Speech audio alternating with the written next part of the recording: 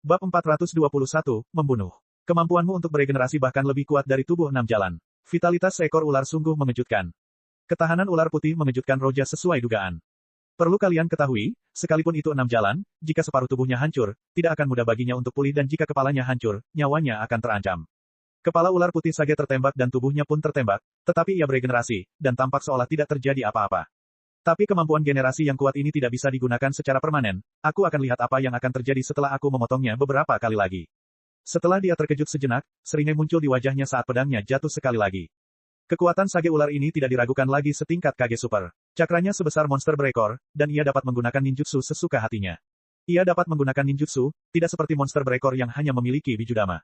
Artinya, bahkan Madara atau Hashirama pun belum tentu menang melawan ular ini, makanya tidak heran kalau ular ini sudah hidup sejak zaman dahulu kala.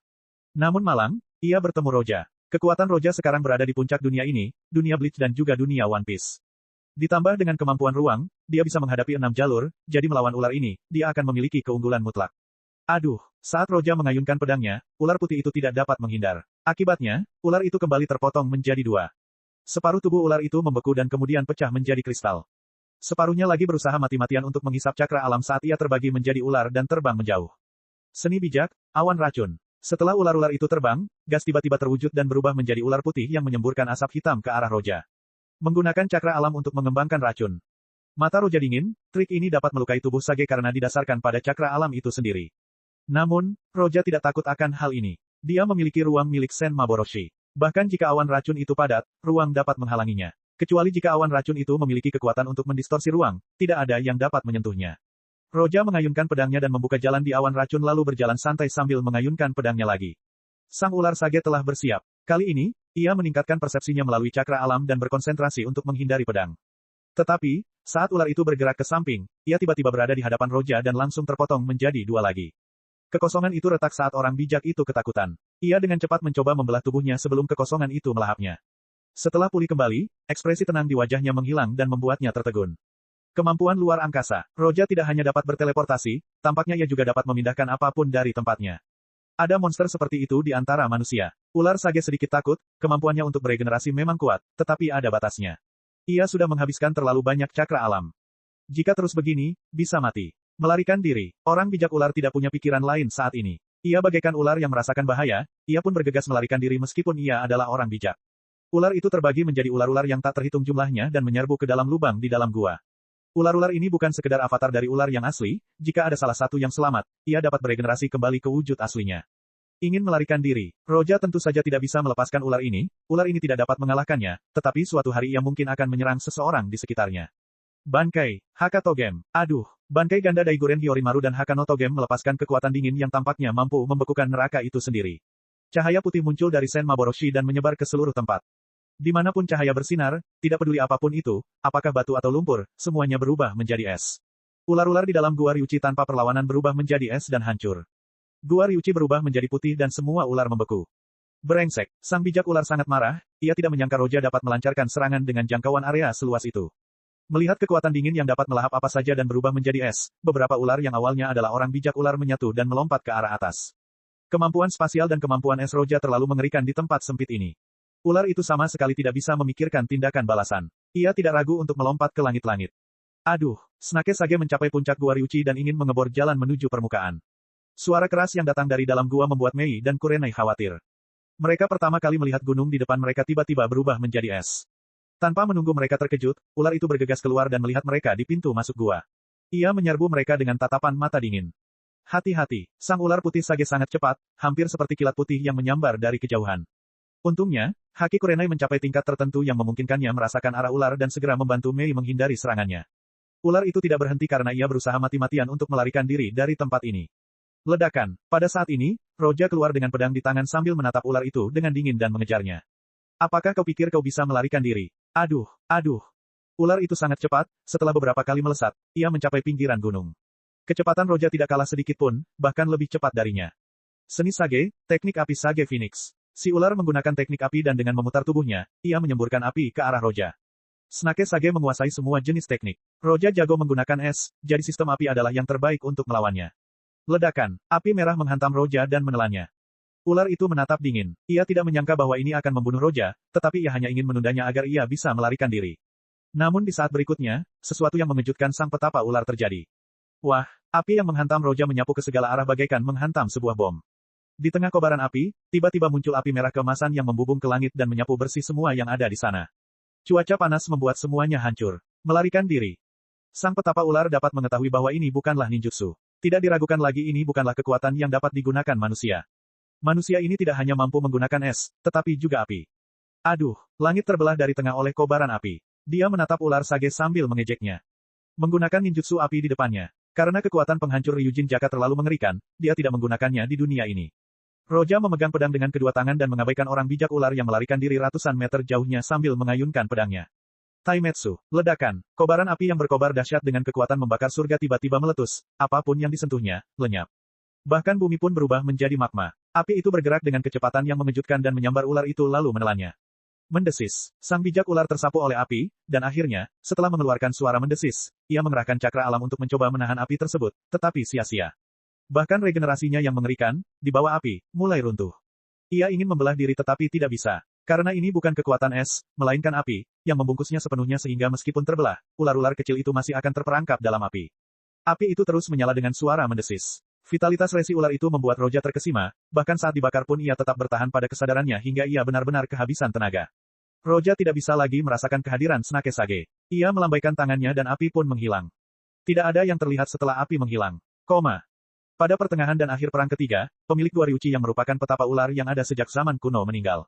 Bab 422, siap. Perkemahan Konoha, sambil memegang gulungan di tangannya, Orochimaru mencoba mengekstraksi cakra batas darah, tetapi ia terkejut. Ia yakin bahwa jika ia melakukan sesuatu, cakra itu akan meledak yang membuatnya menyegelnya kembali di dalam gulungan. Ini, sebuah gulungan tiba-tiba muncul di hadapannya, itu adalah gulungan kontrak binatang buas. Setelah membukanya, dia berhenti sejenak sebelum menggelengkan kepalanya dan berkata, kurasa sudah saatnya aku menemukan kontrak binatang buas baru. Melihat Roja mengejar ular putih besar itu, Mei dan Kurenai saling memandang dan buru-buru mengikuti, meskipun mereka tahu bahwa mereka tidak bisa mengikutinya. Sangat panas, Mei dan Kurenai hampir berkata bersamaan sambil menutupi wajah mereka dengan tangan.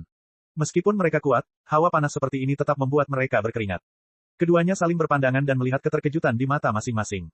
Mereka bisa melihat Roja memegang bila api sambil berdiri di udara. Api itu menyebar seperti lautan yang menyebar ke seluruh tempat. Meskipun jaraknya tidak dekat, panas yang mereka rasakan sangat mengerikan. Jadi, seberapa panas sebenarnya pusat semua ini? Ninjutsu api yang mengerikan. Mei selalu tidak puas dengan Roja, tetapi sekarang, matanya berbinar saat dia menarik napas dalam-dalam. Di bawah suhu panas yang mengerikan ini, bisul dan keluarnya lava tidak berarti apa-apa. Setelah beberapa saat, pakaian mereka basah oleh keringat sebelum mengering. Proses itu terus berlanjut. Jika itu adalah orang biasa, mereka pasti sudah mengalami dehidrasi. Meski begitu, mereka berdua kesulitan untuk menopang tubuh mereka dan tidak dapat menahan diri untuk mundur. Saat mereka melangkah mundur, api itu tiba-tiba menghilang. Aduh, setelah api kembali terkumpul di dalam Sen Maboroshi, Roja kembali ke arah gunung dan melihat dua gadis cantik yang basah kuyup, memperlihatkan lekuk tubuh mereka yang indah. Setelah memperhatikan tatapan Roja, keduanya menemukan masalahnya dan tersipu. Meskipun mereka tidak bisa berbuat apa-apa, Kurenai tidak bisa menatap mata Roja. Sementara Mei menatap mata Roja dengan tatapan provokatif dan bahkan sengaja membusungkan dadanya. Namun rayuannya tak mampu berbuat apa-apa pada Roja, Roja hanya menatapnya santai sebelum meninggalkan kalimat, aku tak tertarik pada gadis kecil, dan pergi menuju gunung. Mei tidak dapat menahan diri untuk berteriak marah, aku tidak kecil. Setelah dia mengatakan hal itu, dia menemukan sesuatu yang salah, tetapi dengan karakternya, dia selalu berani, jadi dia tidak menariknya kembali.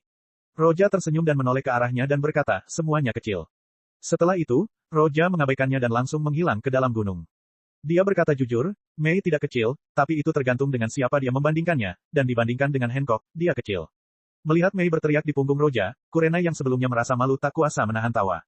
Baiklah, bahkan kamu berani mengejekku sekarang. Mei menoleh dan menatap Kurenai, air mata terlihat di sudut matanya. Kurenai tersenyum dan berlari menjauh. Meskipun salah satu dari mereka berasal dari Konoha, dan yang lainnya dari Mist, setelah bepergian dengan Roja, mereka tidak menganggap diri mereka sebagai ninja dari desa manapun lagi. Mei melihat Kurenai mencoba melarikan diri dan tiba-tiba bergegas menangkapnya. Saat ini, dia bukan Mizukage tetapi hanya seorang gadis kecil jenius yang ditekan oleh Roja. Roja kembali ke Gua Ryuchi. Sebelumnya, ia tidak menyukai suasana di dalam maupun baunya. Namun, setelah membekukannya sepenuhnya, baunya pun hilang. Roja khawatir apakah pertempuran sebelumnya memengaruhi Gua Ryuchi atau tidak. Jika cakra alam tidak dapat dikumpulkan lagi di sini, itu akan menjadi masalah.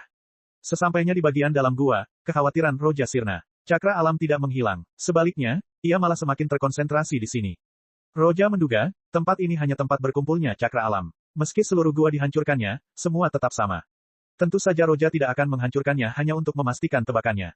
Roja duduk dan membuat Sen Maboroshi melayang di atasnya. Alam mulai bergejolak ke arah Sen Maboroshi. Tidak seorang pun tahu sudah berapa lama hingga cakra alam di Gua Ryuchi mulai menipis. Roja menghentikan penyerapan dan menyelidiki ruang Sen Maboroshi, untuk mengetahui bahwa ukurannya menjadi 2 kali lipat.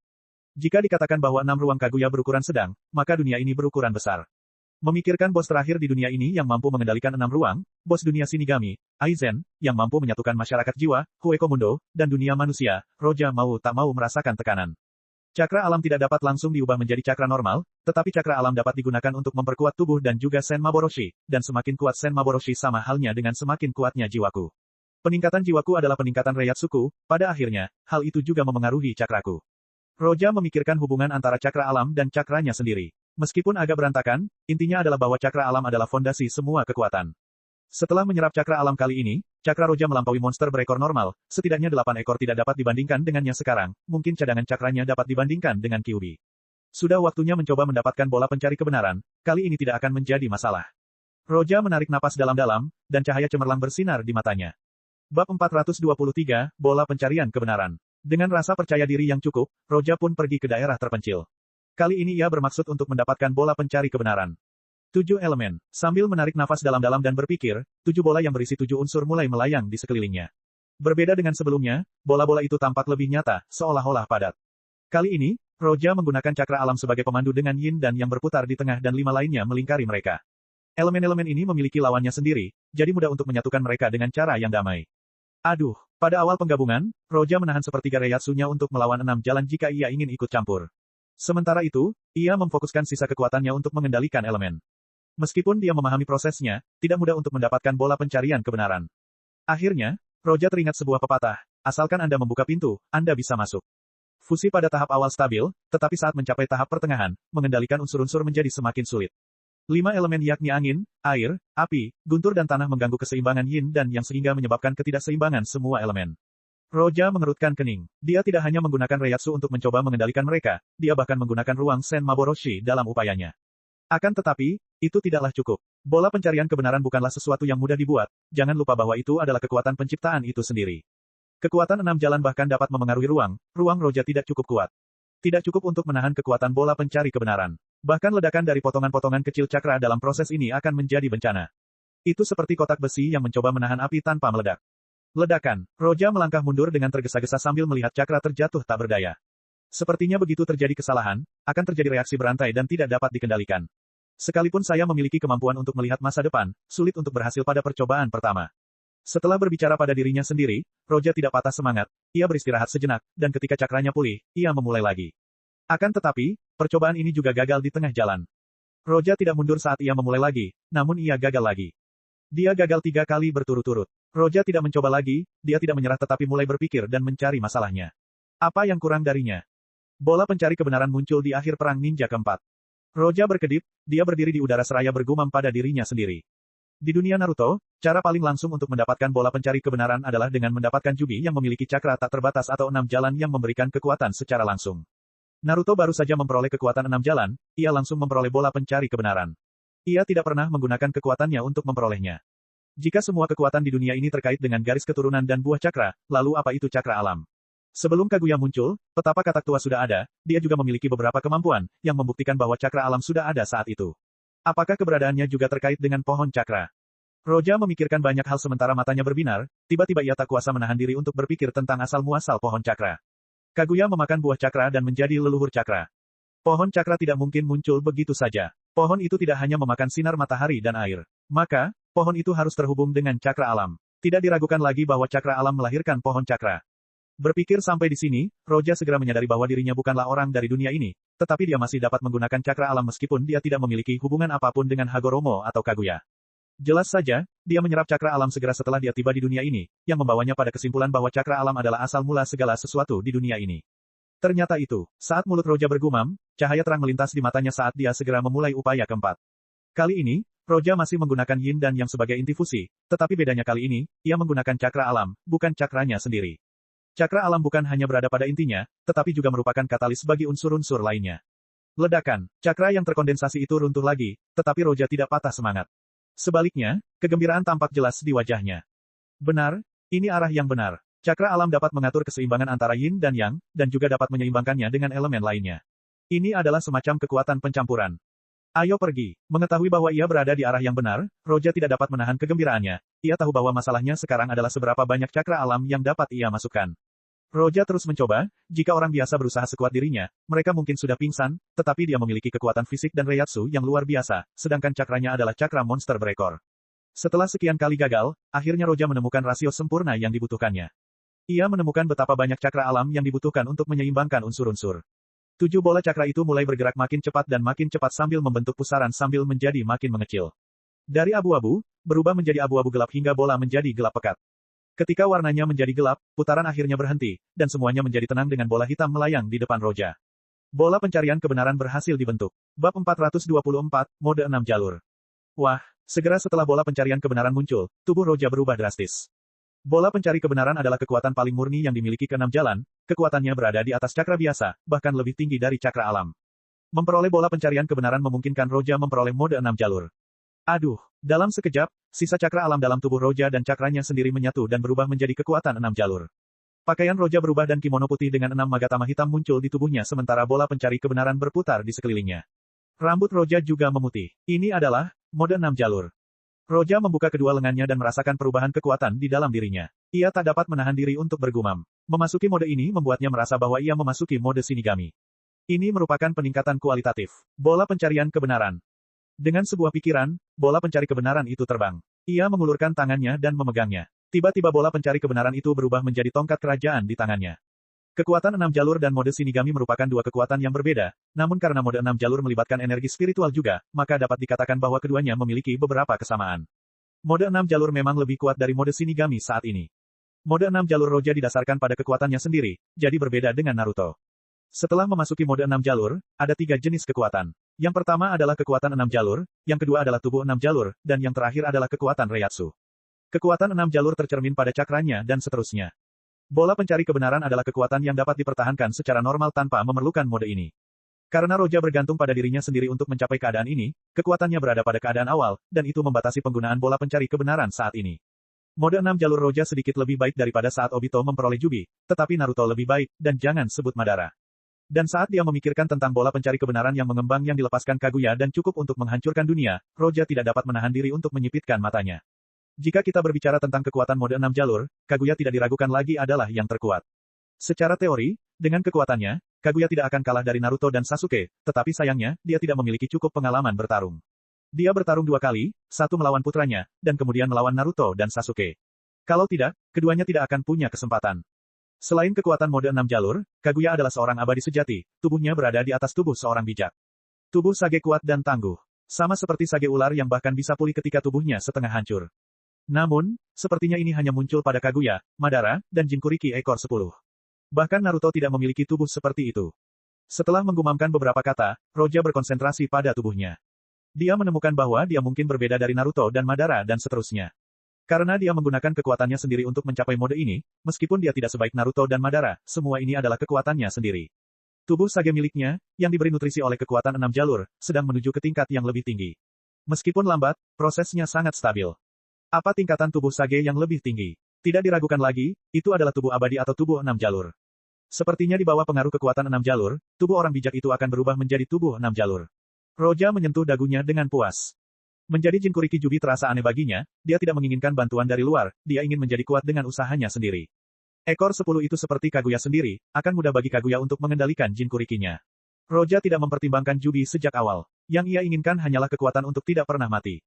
Hal ketiga yang membedakan kekuatan mode 6 jalur ada pada tingkat reiatsu. Dengan Rine Saringan yang memiliki 9 tomo, Anda dapat mengendalikan 6 dunia berukuran sedang dengan mudah dan mengubah wilayah di dalamnya. Baik itu kekuatan 6 jalur, kekuatan tubuh, maupun kekuatan mata, Kaguya adalah yang terkuat, namun Naruto dan Sasuke menyegelnya, Roja menahan pendapatnya. Kekuatan spiritual berasal dari jiwa. Itulah kekuatanku. Aku mungkin yang terlemah dalam mode 6 jalur, dan aku tidak memiliki tubuh 6 jalur, tetapi aku tidak akan kalah dari siapapun dalam hal reiatsu. Meskipun Roja tidak tahu seberapa kuat Hagoromo, dia tidak berpikir bahwa kekuatan spiritualnya lebih lemah darinya. Bagaimanapun, reiatsu adalah kekuatan Shinigami. Memikirkan hal ini, sebuah ide terlintas di benak Roja. Aku tidak tahu apakah mode 6 jalur dapat digunakan bersamaan dengan mode Shinigami. Dengan sebuah pikiran, Sen Maboroshi muncul di tangan Roja yang lain. Pada saat yang sama, kekuatan Shinigami terstimulasi, dan tiba-tiba kekuatan jiwa dilepaskan sepenuhnya. Aduh, mode Shinigami dan mode 6 jalur tidak saling bertentangan. Keduanya hampir kompatibel. Penampilan Roja berubah lagi. Pada kimono yang dikenakannya, muncul pola hitam aneh yang sama sekali berbeda dari Magatama, yang menambahkan tampilan jahat pada mode 6 jalur. Perubahan terbesar adalah mata Roja. Warna putih pada matanya menghilang dan berubah lebih gelap, dan mata aslinya yang hitam berubah menjadi kekuningan seperti setan. Ini bukan mode Shinigami, bukan pula mode 6 jalur, tetapi gabungan keduanya. Bab 425, Rikujigen Roja vs. Petapa 6 jalur. Roja berdiri diam di tempatnya tanpa bergerak. Suasana mengerikan menyebar di sekelilingnya. Tidak ada makhluk yang berani mendekatinya. Setiap makhluk hidup dalam radius beberapa kilometer merasakan ketakutan yang berasal dari jiwa mereka. Perasaan ini, beberapa kilometer jauhnya, Zetsu putih muncul dari pohon dan dahinya dipenuhi keringat dingin saat tubuhnya bergetar.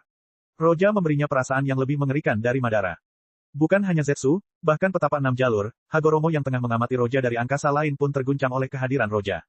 Tanpa menunggu keenam jurus itu bergerak, Roja yang berdiri diam di tempatnya tiba-tiba memegang tongkat kerajaan di satu tangan dan Sen Maboroshi di tangan yang lain lalu merentangkan tangannya dan meraung ke arah langit. Dia tidak sadarkan diri, hanya naluri membunuhnya yang tersisa. Tubuh Roja tertegun di tempat yang sama saat dia melambaikan tongkat kerajaan dengan lembut, dan sebuah gunung di kejauhan meledak sementara Sen Maboroshi membuat luka besar di tanah yang menyebar hingga beberapa kilometer. Tidak bagus. Sang petapa 6 jalur melihat ini dan akhirnya berteriak. Meskipun dia tidak tahu apa yang terjadi pada Roja, dia bisa melihat bahwa kondisinya saat ini agak bermasalah. Jika dia mengabaikannya, mungkin seluruh dunia akan hancur. Zetsu hanya bisa berpikir untuk pergi secepat mungkin untuk melapor ke Madara. Namun sebelum ia sempat bertindak, Roja muncul di hadapannya, tiba-tiba menatapnya dengan kebencian yang amat dalam di hatinya. Mengaum. Setelah raungan lainnya, Roja menghancurkan Zetsu putih. Zetsu putih mencoba melarikan diri, namun tiba-tiba tubuhnya membeku, ketakutan memenuhi dirinya saat energi mengerikan menyebar ke seluruh tempat. Pada saat yang sama, sebuah kesadaran memaksa masuk ke tubuh Zetsu dan menempatinya, tiba-tiba tubuh Zetsu berubah putih, ketika seorang Kimino muncul di tubuhnya bersama dengan tongkat kerajaan yang terbuat dari bola pencari kebenaran. Itu adalah orang bijak dari 6 jalan. Karena keadaannya darurat, Hagoromo tahu bahwa ia harus menghentikan Roja. Jadi ia langsung memaksa masuk ke tubuh White Zetsu. Ambil ini. Menghadapi Hagoromo, Roja melancarkan serangan habis-habisan. Hagoromo tidak berani meremehkan serangan ini dan menggerakkan tongkatnya untuk menghentikannya. Aduh, di bawah tabrakan dua entitas dengan mode 6 jalur, bumi bergerak dan runtuh sepenuhnya. Kemanapun mereka pergi, gunung akan runtuh. Pada saat ini, bukan hanya negeri petir, seluruh dunia merasakan kekuatan mereka berdua yang bertarung. Baik itu negara tanah, api, angin, atau air, semua ninja yang tanggap itu berdiri dengan wajah berubah. Mereka tercengang.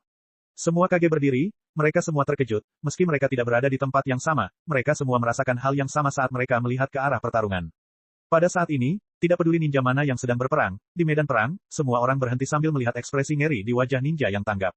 Di suatu tempat di bawah tanah, Madara yang sedang duduk diam tiba-tiba berdiri karena terkejut. Perasaan ini, siapa itu? Baru saja terjadi tabrakan pertama antara keduanya, seluruh dunia ninja terguncang, serangan lain pun datang, yang hampir langsung menghancurkan desa-desa terdekat. Seluruh negeri petir berguncang, bagai gempa bumi yang mengguncang negeri mereka. Berhenti. Hagoromo merasa ngeri, sambil memegang tongkat kerajaan, ia berteriak kepada Roja dengan sia-sia. Ia tahu bahwa jika hal ini terus berlanjut, dunia akan hancur. Kekuatan Roja mengejutkannya, dia tidak memiliki jubi, dan dia tidak dalam kondisi terbaiknya. Dia merasa sulit untuk menekan Roja. Kekuatan orang luar ini ternyata sangat kuat. Hagoromo selalu merasa bahwa ia dapat menekan Roja kapan saja. Ketika ia berpikir tentang Roja yang memperoleh mode 6 jalur, ia tidak berpikir ia akan menggabungkannya dengan mode Shinigami. Roja tidak memiliki kesadarannya. Nalurinya membuatnya hanya berpikir tentang membunuh. Di satu sisi ia memegang Sen Maboroshi, di sisi lain, memegang tongkat kerajaan. Ia menyerang sekali lagi. Brengsek. Hagoromo marah, ia mengubah tongkat kerajaannya menjadi pedang spiral berwarna hitam. Hagoromo tidak lagi menahan serangannya. Roja terpental mundur, tetapi dia tidak berhenti, dia sekali lagi menyerangnya. Roja benar-benar kehilangan akal sehatnya dan berada dalam kondisi mengamuk jika boleh disebut begitu. Setelah mengambil napas, Hagoromo menggunakan kekuatan matanya. Setiap mata memiliki kemampuan yang berbeda, dan hampir semuanya melibatkan manipulasi ruang. Aduh, Hagoromo memegang pedangnya dan mengayunkannya. Ruang di depannya terbelah secara paksa. Namun saat ini Hagoromo sedang menggunakan tubuh Zetsu dan tidak bisa menggunakan kekuatannya secara maksimal.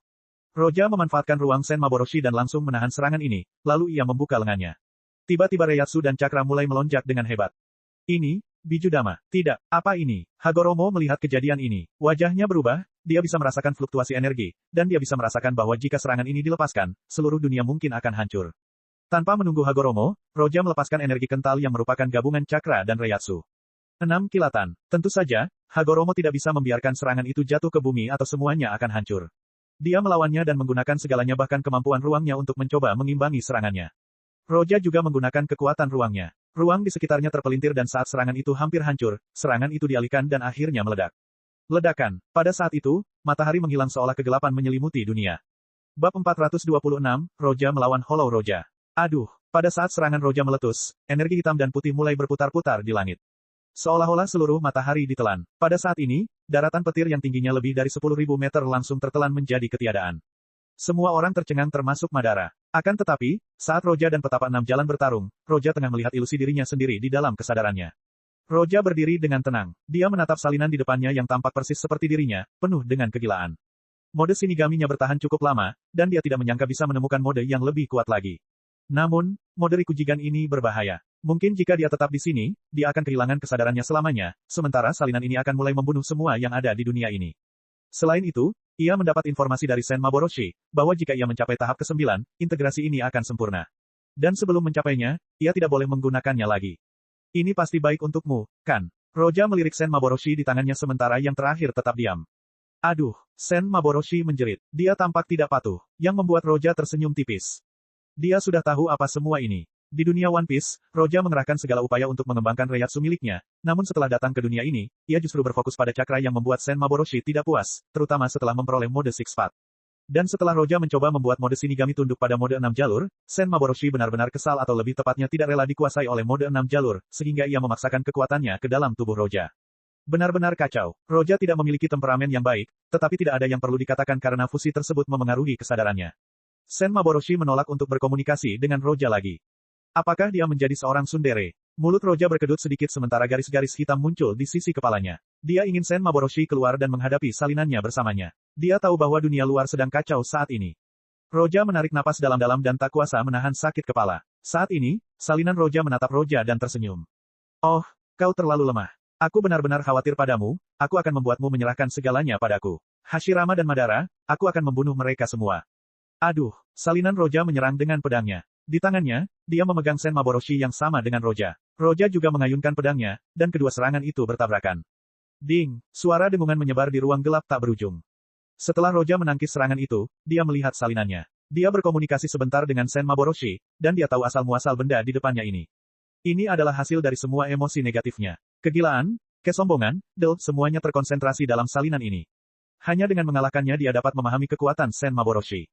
Itu benar-benar menyusahkan. Roja menggelengkan kepalanya, tetapi ini sudah terjadi, dan ia tidak punya cara lain untuk mengatasinya. Karena dia harus bertarung, maka bertarunglah. Sejak awal di dunia One Piece, Roja melatih ilmu pedang dan mengendalikan api. Ia memperoleh Getsuga Tenso, Senbon Sakura, lalu ia membunuh Doflamingo, dan setelah itu, ia menjadi semakin kuat hingga tak ada seorang pun yang ia takuti di sana. Semua yang ada di dunia, berubah menjadi abu. Dalam hati Roja geram, ia menghunus pedangnya, api pun berkobar di mana-mana. Salinan Roja menatap Roja dengan seringai jahat saat dia melakukan hal yang sama, semua hal di dunia, berubah menjadi abu. Ledakan. Kedua kekuatan itu bertabrakan di udara. Dua api emas dari sumber yang berbeda mulai menyala di dalam ruang ini. Dan saat api itu menyala, suara dingin terdengar. Bankai, Daiguren Hyorinmaru. Bankai, Daiguren Hyorinamru. Hampir pada saat yang bersamaan, suara Roja dan salinannya terdengar pada saat yang sama. Aduh, dua saat lampu meledak dalam sekejap dan menyebar ke langit membuat seluruh dunia menjadi putih. Tidak ada gunanya. Aku punya semua kekuatan yang kau miliki. Kau tidak bisa mengalahkanku. Salinan Roja menyerbu ke arah Roja dan mengayunkan pedangnya dan berkata, Bankai, Senbon Sakura Kageyoshi. Haka no Togami. Roja melihat pemandangan ini dengan acuh tak acuh. Dia tidak melepaskan kekuatan yang sama. Sebaliknya, dia mengayunkan pedang merahnya ke langit. Enetsu Jigoku. Ledakan. Lapangan dingin hancur oleh api. Oh, apa kau pikir hanya kau yang bisa menggunakan trik seperti itu? Enetsu Jigoku. Salinan Roja menatap Roja dan memegang pedangnya dan menggunakan gerakan yang sama seperti Roja. Kamu pikir kamu bisa menghalangiku? Kamu pikir kamu lebih baik dariku? Omong kosong sekali, aku akan terus berjuang. Roja tidak mengatakan apapun saat salinannya berbicara dan berbicara. Dia hanya memblokir serangan itu dan bergegas menuju salinannya.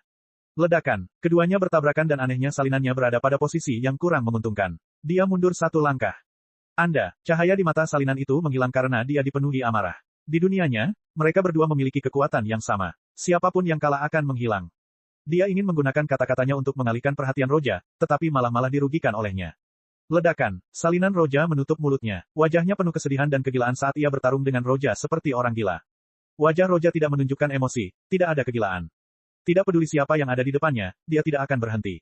Bahkan jika dia ada di depannya, itu adalah kekuatan yang sama persis yang dimilikinya. Dia lebih kuat, dia tidak takut, dia memiliki kekuatan, bagaimana mungkin dia takut pada siapapun.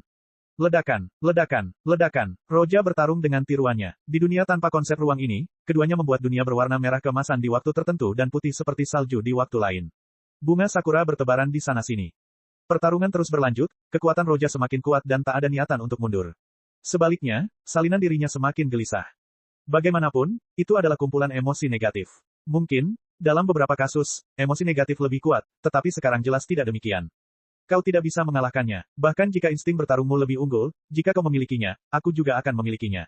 Ketika salinan Roja berbicara, dia terjatuh lagi, dia akhirnya tidak dapat menahan diri untuk mengutuk dirinya sendiri karena berbicara. Bodoh. Namun, sebagai tanggapan, Roja hanya menatapnya dengan dingin. Karena kamu tahu, kita punya kekuatan yang sama, dan dengan mengatakan aku tidak bisa mengalahkanmu, maka kamu berpikir bahwa kamu juga tidak bisa mengalahkanku. Ini adalah respons pertama Roja sejak pertempuran dimulai. Dan juga yang terakhir, karena kalimat ini benar-benar membuat salinannya jatuh ke jurang. Roja tidak pernah menyangka bahwa ia tidak dapat mengalahkan salinan ini. Dan salinan itu tidak pernah menyangka bahwa Roja dapat mengalahkannya. Wajah salinan itu tiba-tiba berubah. Roja menatapnya sambil mengayunkan pedangnya. Ding! Salinannya dipotong oleh Roja. Jelas saja, saat gagasan bahwa dirinya tidak akan mampu mengalahkan Roja muncul di kepalanya, Sen Maboroshi jatuh dari tangannya. Aduh! Roja menusukkan pedang di salinan itu. Salinan itu menatap Roja dengan penuh kerumitan. Tubuhnya perlahan berubah dan kegilaan di matanya menghilang, dan perlahan, ekspresi Roja yang sama tergambar di wajahnya. Ia tersenyum pada Roja sebelum menghilang dalam asap putih. Aduh! Sen Maboroshi menjerit pelan saat mendarat pelan di tangan Roja dan menyampaikan kebahagiaan yang dirasakannya. Roja tidak melihatnya, tetapi karena dia tidak bisa berbuat apa-apa, bagaimanapun juga, ini adalah Zanpakuto miliknya. Yah, akhirnya aku menguasai kekuatan Sen Maboroshi, aku tidak tahu apa yang terjadi di luar sana. Bab 427, Pemulihan. Seluruh dunia merasakan pertempuran antara Roja dan Sage 6 jalur sejak dimulai. Pertempuran itu berlangsung selama 2 hari 2 malam. Baik warga sipil maupun ninja, semuanya ketakutan oleh pertarungan itu bagaikan kelinci. Medan perang terletak di bagian utara negeri petir, dekat laut. Setelah pertarungan itu, sekitar 1/5 daratan petir hancur, dan gelombang terbentuk seperti orang gila yang memengaruhi daratan air dan daratan api. Konoha dan Kabut masih berperang, namun kini mereka tengah berperang melawan tsunami. Menghadapi pertarungan kelas dunia ini, bahkan para kage dan para elit akan merasa betapa kecilnya mereka. Bahkan Madara masih dalam keadaan terkejut. Karena di hadapan kekuatan sebesar itu, dia hanya bisa menghela nafas. Mereka berdua sama-sama kuat, pertarungannya dengan Hashirama hanya bisa dikatakan sebagai pertarungan berskala kecil jika dibandingkan dengan ini. Kedua sosok itu terus-menerus saling berhadapan. Setiap tabrakan menyebabkan ledakan yang membuat bumi bergetar. Mengaum, Roja meraung. Dia tidak lagi memiliki wujud manusia. Dia seperti monster berekor, tubuhnya penuh dengan tanda hitam dan putih dan wajahnya ditutupi oleh kerangka seperti topeng. Setelah bergemuruh, Roja melesat di udara dan tiba di depan 6 jalur. Dia tidak memegang Sen Maboroshi di tangannya dan tidak memerintahkan bola Truth Seeking, dia hanya mengangkat tangannya. Tidak bagus. Walau sang 6 jalan masih memegang tongkat kerajaannya dan melihat Roja tanpa senjata apapun mengangkat tangannya, hatinya hancur. Kalau ada orang ketiga yang menyaksikan pertarungan ini, bisa dipastikan bahwa petarung 6 jalur itu tidak dapat bergerak dengan baik seolah-olah Roja jauh lebih cepat.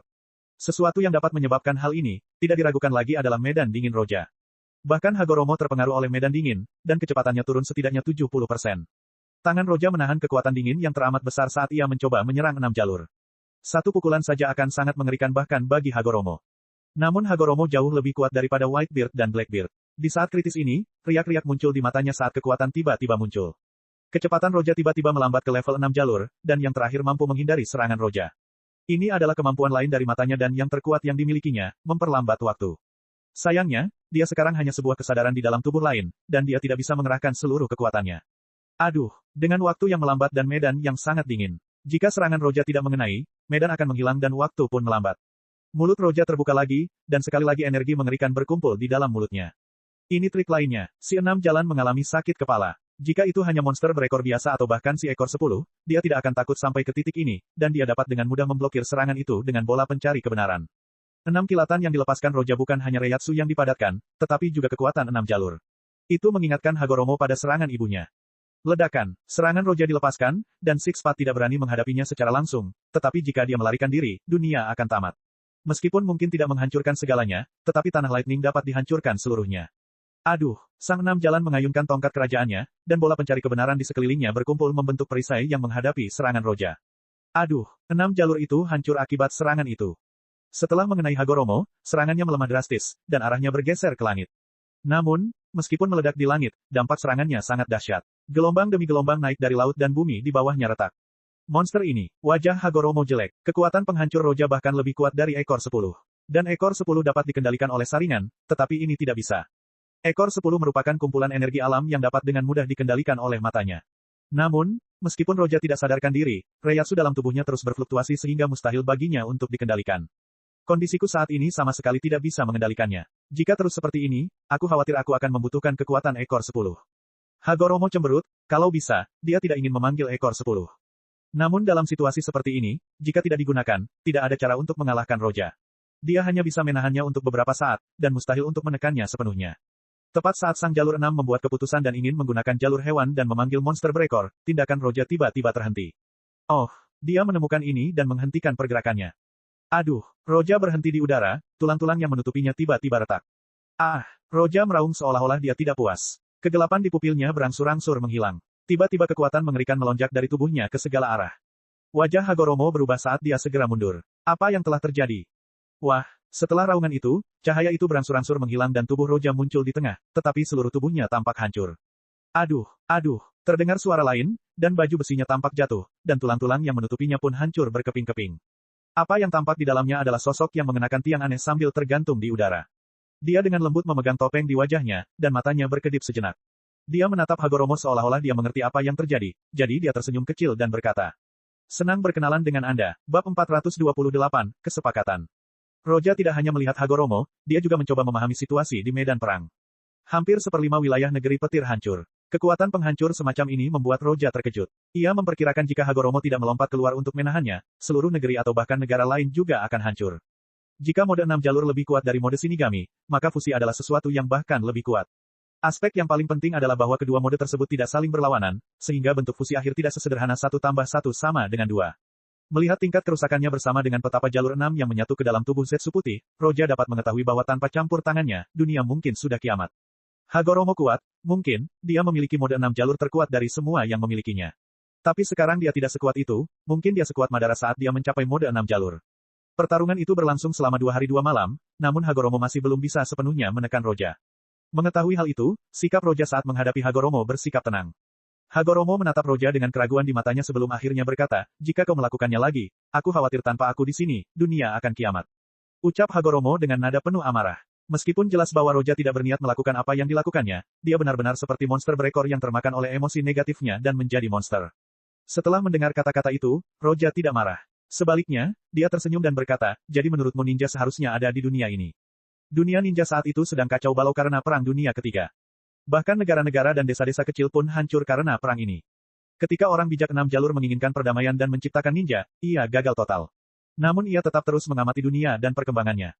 Selama bertahun-tahun, peperangan melanda dunia, namun sang resi 6 jalur tidak ikut campur. Petik 2,2. Hagoromo tahu apa yang dimaksud Roja, dia tidak hanya gagal menciptakan perdamaian, dia juga menciptakan lebih banyak kekuatan bagi orang-orang untuk bertarung. Hal ini membuat ekspresinya menjadi muram.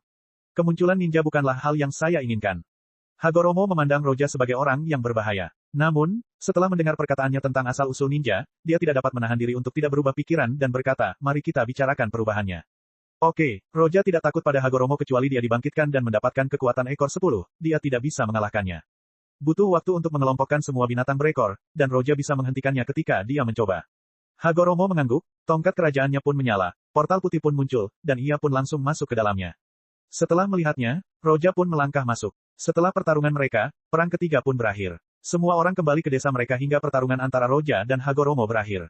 Pertarungan itu tidak diketahui siapapun kecuali para petarung dan Zetsu hitam yang bersembunyi dalam kegelapan bersama Madara. Tidak seorang pun tahu bahwa semuanya terjadi karena Roja sang hantu terkenal dan resi 6 jalan yang legendaris bertarung. Meski mereka tahu Roja bisa membelah gunung, menghancurkan separuh daratan adalah sesuatu yang tidak mereka duga bisa dilakukannya. Karena kekuatan semacam ini, mereka hanya bisa mengatakan bahwa para dewa berperang di sana. Karena sebagian orang tidak menyangka kalau manusia mampu menyebabkan kerusakan seperti itu. Setelah pertempuran ini, perang ketiga mencapai periode terakhirnya. Kelima desa besar tidak ingin melanjutkan, tetapi beberapa pasukan masih ingin menjarah beberapa sumber daya. Jadi sekarang adalah masa perundingan damai. Tidak seorang pun tahu apa yang dibicarakan Roja dan Hagoromo ketika Roja kembali ke dunia, Hagoromo tidak muncul lagi. Hagoromo tahu bahwa kecuali ia mengumpulkan monster berekor untuk menciptakan kembali ekor 10 dan menjadi Jinchurikinya, ia tidak akan bisa menang melawan Roja. Dan bahkan jika ia mencapai puncaknya, ia tidak akan bisa membuat Roja meninggalkan dunia ini. Yang bisa ia lakukan hanyalah mengejar Roja kemanapun di dunia ini. Jadi dia menyerah untuk membuat Roja pergi, tapi dia membuat kesepakatan dengannya. Dia tidak akan mengganggu tindakan Roja di dunia ninja, dan Roja tidak bisa menyebabkan terlalu banyak kerusakan. Dan Roja pun menyetujuinya. Tujuan Roja di sini adalah untuk mendapatkan kekuatan dan meningkatkan kemampuan, bukan menghancurkan dunia. Tentu saja, dia tidak akan melempar 6 kilatan itu hanya karena dia bosan. Roja meregangkan pinggangnya dengan malas karena ia tampak sedikit kelelahan setelah menyelesaikan masalah dan mendapatkan kembali kendali atas tubuhnya. Namun, ia belum kembali ke puncak kekuatannya. Faktanya, saat dia mendapatkan kembali tubuhnya, kekuatan Roja sudah hampir habis. Cakra hampir habis, dan sepertiga Reiatsu-nya tersisa. Namun dia bertarung melawan Hagoromo selama 2 hari 2 malam, lagi pula jika dia tidak kelelahan, maka dia benar-benar akan menjadi hantu. Hagoromo tidak bisa pergi kemanapun, dan kekuatannya juga hampir sepenuhnya terkuras. Kalau tidak, dia akan menyerang Roja secara langsung saat dia mendapatkan kembali tubuhnya. Kurenai dan Mei keduanya memiliki tanda Roja pada mereka. Ketika dia mencoba melihat tanda tersebut, dia menemukan bahwa mereka masih hidup dan mengangguk sedikit. Akan tetapi, tandanya sangat jauh, jika dia ingin berteleportasi ke sana, dia akan menggunakan sebagian Reiatsu miliknya, yang tidak diinginkannya. Haruskah aku istirahat dulu? Roja menggelengkan kepalanya dan tidak tahu sudah berapa tahun terakhir kali dia mengonsumsi begitu banyak Reiatsu, jumlah waktu tersebut dapat dihitung dengan jari. Aduh, jatuh dari langit, Roja meninggalkan tempat ia bertempur dan tiba di sebuah negara yang selalu diguyur hujan. Di sini, seharusnya negara hujan. Ketika Roja melihat ini, dia bisa mengetahuinya, tetapi dia tidak memedulikannya. Bagaimanapun juga, dia harus pulih. Bab 429, kebetulan. Di desa hujan, Roja berjalan tanpa tujuan di tengah hujan, pakaiannya sedikit compang camping akibat pertarungan. Pertarungannya menyebabkan tubuh fisik dan Reiatsu-nya kelelahan. Jika dia bisa menyerap sebagian kekuatan dari monster berekor, kamu akan kembali ke keadaan normalnya dalam beberapa menit. Namun, monster berekor bukanlah sesuatu yang dibeli di pinggir jalan. Pada level Roja, baik cedera ringan maupun berat, dapat disembuhkan dengan cepat. Terlebih lagi, setelah menguasai mode 6 jalur, dan memasuki mode baru, kecepatan regenerasinya semakin terpacu, bahkan pemulihannya pun tak kalah dari 6 jalur itu sendiri. Sambil menyerap cakra alam, Roja berpikir tentang apa yang harus dilakukan selanjutnya saat dia berjalan tanpa tujuan di bawah hujan. Saat berjalan, dia merasakan beberapa tatapan mata ke arahnya. Dia melirik ke arah mereka, dan matanya sedikit berkedip. Mereka, Roja berkata dalam hati sambil terus berjalan. Di depan Roja, 3 sosok berlari tergesa-gesa di tengah hujan di pinggir. Mereka tidak berdampingan karena salah satu dari mereka bergerak maju sementara 2 lainnya sedikit di belakang. Yang di depan adalah seorang pria muda dengan rambut oranye sementara 2 di belakang, satu adalah seorang gadis dengan rambut biru dan yang lainnya adalah seorang anak laki-laki dengan rambut merah. Jika difokuskan pada mata lelaki berambut merah itu, terlihat bahwa matanya sedang memegang Renigan. Mereka adalah 3 anak muda yang diajari Jiraiya, Yahiko, Nagato, dan Conan. Mereka masih belum membuat Akatsuki, mereka fokus melindungi warga sipil dari perang ini. Aduh, kecepatan mereka tidak cepat, itu kecepatan ninja normal. Arah mereka tidak jauh berbeda dari Roja, dan mereka agak dekat. Setelah beberapa waktu, mereka menemukan keberadaan Roja. Yahiko, ya, saat Conan memperhatikan Roja, dia langsung berhenti dan mengingatkan Yahiko yang mengangguk kembali padanya. Penampilan Roja tidak rapi, pakaiannya rusak, dan dia tampak agak lemah. Dia tampak seperti seseorang yang kelaparan selama berhari-hari dan tidak berdaya. Ketika mereka menyadari hal ini, Yahiko dan Nagato pun menjadi rileks dan saling memandang. Conan mengambil inisiatif untuk maju dan berkata dengan lembut, apakah kamu butuh bantuan? Selama periode ini, Yahiko dan yang lainnya belum memiliki ide untuk membentuk Akatsuki, tujuan mereka hanya untuk membantu mereka yang membutuhkan. Terlebih lagi, Roja tampak seperti pengembara yang tidak memiliki rumah saat ini. Namun, ketika Roja mendengar kata-kata Conan, dia tampak sedikit aneh. Sejak datang ke dunia ini adalah pertama kalinya ninja tidak mendatanginya untuk menimbulkan masalah dan mati. Namun, setelah memikirkan apa yang mereka alami sebelumnya, Roja tidak terkejut. Tidak terima kasih. Setelah Roja menjawab, dia menatap Nagato. Namun, bahkan dengan Renigan, dia tidak menarik perhatiannya. Mendengar jawaban Roja, Conan sedikit terkejut. Mereka tidak bertemu dengan seorang gelandangan yang tidak mau meminta makanan, apalagi menolaknya. Sikapnya tenang ketika dia menolaknya juga. Aku akan memberikan ini padamu. Setelah mata Conan berbinar, dia dengan lembut mengambil sepotong roti dan membungkusnya lalu menyerahkannya kepada Roja. Aduh, dia benar-benar memberinya sepotong roti meskipun dia menolaknya. Mulut Roja berkedut, dia merasa sangat aneh saat ini, dan dia tidak tahu apa yang bisa dia lakukan. Dia akhirnya mengulurkan tangan dan menerimanya, tetapi ekspresinya tidak wajar. Ekspresi Roja terlihat oleh Conan yang mengira Roja malu. Ia tersenyum dan berkata, sama-sama, masih jauh jalan menuju desa terdekat. Jalannya sangat berbahaya, kalian mau pergi bersama. Yahiko dan Nagato saling berpandangan dan tidak keberatan. Mereka ingin pergi ke desa terdekat karena mereka mendengar bahwa desa itu diserang oleh ninja. Oke, awalnya Roja ingin mencari tempat untuk beristirahat, tetapi setelah melihat Conan dan yang lainnya, dia tidak keberatan dan memutuskan untuk ikut. Yahiko tersenyum ramah pada Roja. Ia memperkirakan Roja sudah lama merenung tanpa makan, jadi ketika ia mengingat masa lalu, ia tak bisa tidak bersimpati padanya. Jangan khawatir, kami masih punya makanan. Melihat Roja mengambil roti dan tidak memakannya, Yahiko tersenyum. Di antara mereka bertiga, hanya Nagato yang menyadari sesuatu yang aneh. Namun Roja tidak mengatakan apa-apa, dan Nagato tidak sepenuhnya mempercayainya saat ini. Dia bahkan menggunakan renigannya, tetapi dia tetap tidak bisa melihatnya.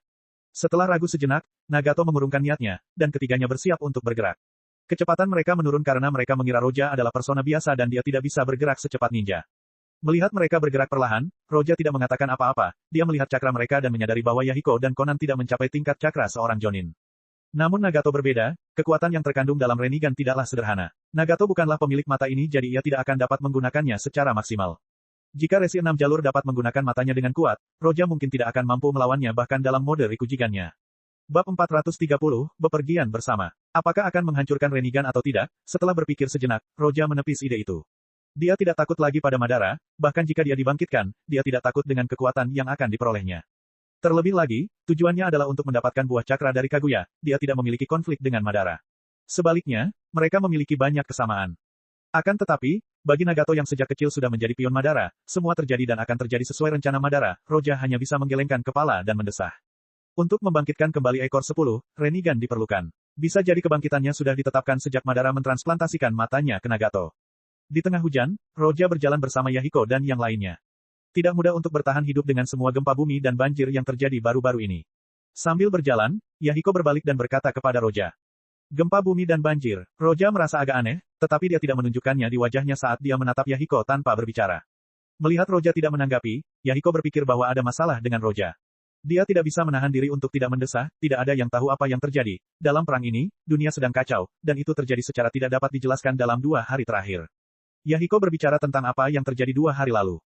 Mendengarkan Yahiko, Roja merasa semakin aneh, karena apa yang Yahiko katakan mungkin disebabkan olehnya. Setelah pertempuran itu, 1/5 daratan petir hancur. Pertempuran besar seperti itu tentu saja menyebabkan gempa bumi dan tsunami. Negara hujan tadinya jauh dari negeri petir, namun gempa bumi tersebut mengakibatkan banjir besar di negara tersebut. Pertarungan Roja berlangsung selama 2 hari 2 malam, dan gempa bumi serta tsunami juga terjadi dalam kurun waktu yang sama. Hal ini menyebabkan banyak banjir dan membuat para ninja di seluruh dunia menghentikan pertempuran dan berkonsentrasi pada bencana alam ini. Di mata Yahiko, seharusnya tidak mudah bagi Roja untuk bertahan hidup dari banjir dan gempa bumi yang membuatnya agak sedih. Tapi banjir sudah berakhir, saya hanya tidak tahu kapan perang akan berakhir. Yahiko berbicara, dan tiba-tiba topik pembicaraan berubah menjadi perang. Suasana langsung berubah dan Conan dan Nagato terdiam. Kini perang telah berakhir, ninja yang bertempur semakin berkurang, dan sumber daya yang besar telah digunakan dalam perang ini. Tidak ada lagi pertarungan besar, paling-paling hanya ratusan orang saja yang bertarung, kalau tidak puluhan orang saja. Justru karena itulah negara hujan menjadi lebih kacau. Jika terjadi pertempuran besar, akan ada banyak pengaturan dan pembatasan, tetapi dalam pertempuran kecil, para ninja akan bertindak lebih bebas. Setelah pertempuran, beberapa ninja akan pergi dan menjarah desa-desa, dan mereka dengan sengaja membunuh warga sipil untuk bersenang-senang.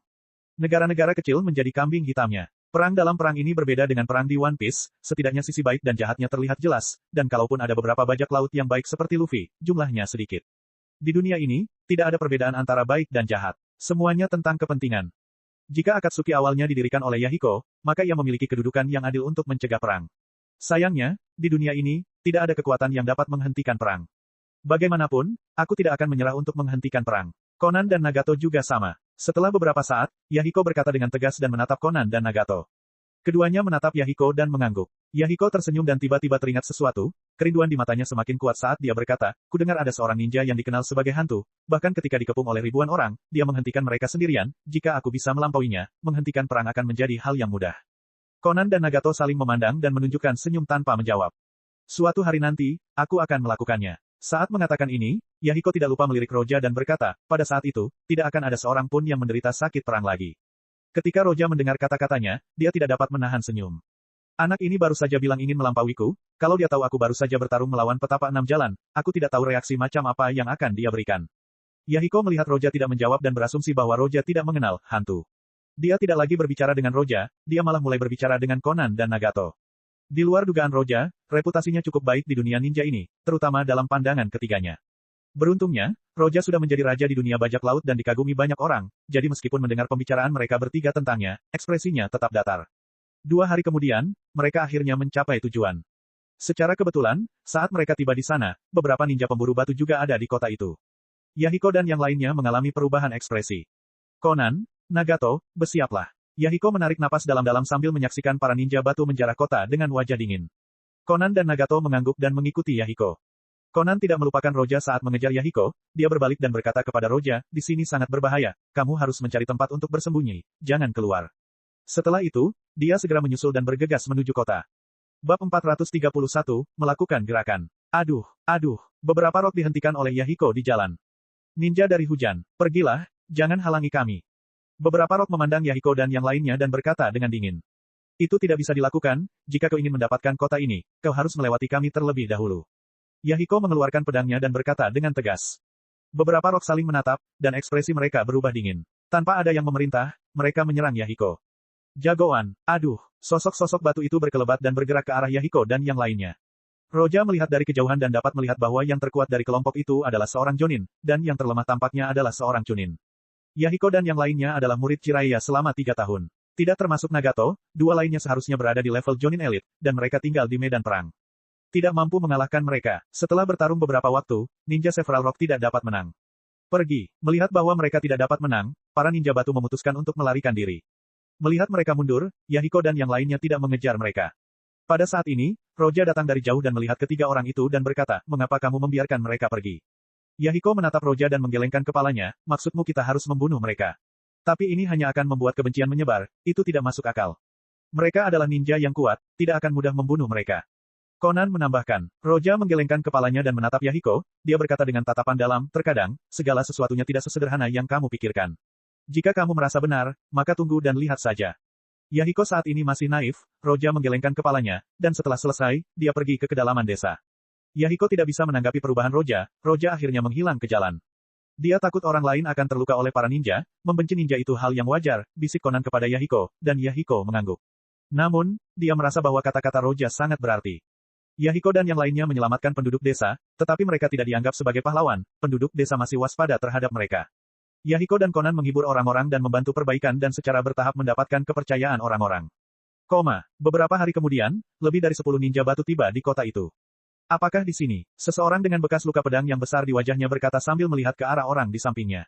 Pria di sebelahnya mengangguk dan berkata, ini adalah tempat yang seharusnya kita jarah, tapi 3 ninja hujan menghentikan kita. Orang yang berbicara adalah salah satu Rocks yang ingin menjarah desa ini beberapa hari yang lalu. Hujan, ninja dengan bekas luka itu adalah Jonin Elite dari Rock. Jangan bertindak gegabah, mungkin ada lebih banyak ninja hujan di sini, mari kita buat rencana dulu. Sambil berbicara, pria itu mengirim seorang ninja dengan jutsu transformasi ke desa. Setengah hari kemudian, ninja itu kembali dan melaporkan bahwa hanya ada 3 ninja Rain dan mereka belum pergi, tidak ada ninja lainnya. Pergi. Dengan informasi yang akurat, ninja batu itu pun memberi perintah tegas dan rombongan pun langsung memasuki kota. Ninja pada masa ini tidak memiliki tujuan untuk membunuh, melainkan untuk mendapatkan sumber daya. Kedatangan batu-batu itu membuat Yahiko dan penghuni kota lainnya waspada. Ini akan merepotkan. Begitu dia melihat orang-orang datang, ekspresi Yahiko berubah dan keringat dingin membasahi dahinya. Conan dan Nagato juga khawatir, mereka berdua tidak tahu harus berbuat apa dan menatap Yahiko bersama. Setelah mengambil napas, Yahiko berdiri dan pergi ke arah para ninja. Tidak ada gunanya dalam pertarungan ini, bisakah kita duduk dan bicara?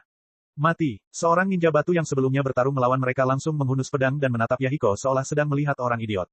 Aduh, lebih dari selusin batu menghalangi jalan Yahiko, mereka ingin menghabisi Yahiko dan menjarah desa dengan cepat. Yahiko dan yang lainnya akhirnya mengetahui bahwa ada lebih banyak batu kali ini dan beberapa di antaranya adalah yang mereka lepaskan beberapa hari yang lalu. Tiba-tiba mereka teringat pada kata-kata Roja. Memikirkan hal ini, Yahiko masih merasa bahwa dia benar. Jika dia membunuh orang-orang ini terakhir kali, masih akan ada lebih banyak lagi yang datang, belum lagi dia tidak suka membunuh orang. Aduh. Kedua kubu bertarung dengan cepat, Yahiko dan Conan jago, tapi kali ini ada banyak ninja rock, dan salah satunya juga seorang Jonin Elite. Nagato selalu menahan diri untuk tidak menggunakan Rinnegan, karena terlalu kuat, dan jika dia sudah menggunakannya, dia tidak akan bisa mengendalikannya. Lambat laun, Yahiko dan yang lainnya berada dalam bahaya. Ledakan, Yahiko menangkis shuriken, namun terlambat untuk menahan serangan satunya, ia langsung dipukul oleh ninja batu. Yahiko, Conan berseru dan ingin pergi dan menyelamatkannya, tetapi ninja lain menghentikannya. Bab 432, Ninja Batu. Ledakan, Yahiko terlempar dan jatuh ke tembok jalan. Batuk. Yahiko terbatuk 2 kali dan hampir tidak bisa berdiri, tetapi mulutnya penuh darah. Dia menggertakkan giginya dan kembali bertarung. Tiba-tiba sebuah sosok datang dan menatapnya. Yahiko mengira itu adalah musuh, ia tanpa sadar mencoba untuk bertahan, tetapi ketika ia melihat ke sekeliling, ia melihat itu adalah orang yang mereka temui beberapa hari yang lalu, orang yang menghilang setelah mereka tiba di desa. Tentu saja, dia adalah Roja, yang tidak hilang. Dia hanya menemukan tempat dan beristirahat selama beberapa hari. Dalam beberapa hari terakhir, Reiatsu dan cakranya pulih. Itu kamu. Yahiko menatap Roja dengan heran, dan segera melihatnya datang, dia tidak dapat menahan diri untuk berteriak cemas, lari, di sini berbahaya. Para ninja memperhatikan Roja dan merasa dia agak familiar, tetapi mereka tidak peduli, mereka langsung melancarkan serangan ke Yahiko. Aduh, Shuriken terbang ke arah Yahiko dan Roja, mereka jelas bermaksud membunuh Roja dan Yahiko bersama-sama. Tidak, Yahiko merasa tidak enak, dia ingin bersembunyi tetapi dia tidak ingin meninggalkan Roja sendirian, jadi dia segera membuat beberapa segel tangan untuk membuat dinding lumpur untuk melindungi mereka. Namun butuh waktu untuk menyelesaikan segel, dan Shuriken yang terbang ke arah mereka tidak mau menunggunya. Sudah terlambat. Namun, Yahiko langsung mencoba membela Roja dengan tubuhnya, Roja melambaikan tangannya. Senjata Shuriken itu langsung terhempas oleh lambaian tangannya. Yahiko tercengang, namun itu adalah senjata besi, bukan kertas. Roja melambaikan tangannya, lalu mereka pun terhempas. Sekalipun dia bodoh, dia tahu bahwa Roja bukanlah orang biasa sama sekali. Ketika Anda tidak memiliki kekuatan absolut, bersikap baik kepada musuh berarti kejam terhadap diri sendiri, perdamaian hanya dapat dicapai dengan darah dan kekuatan, tidak ada perdamaian hanya dengan kata-kata. Roja berdiri di tempatnya setelah melambaikan tangannya, dia berbalik dan menatap Ninja Rock. Beberapa orang di batu melihat Roja melambaikan tangannya dan meniup shuriken. Mereka terkejut, tetapi mereka segera bereaksi dan bersiap untuk melanjutkan serangan mereka. Tetapi, Roja berbalik, dan ketika mereka melihat wajahnya, mereka semua ketakutan setengah mati.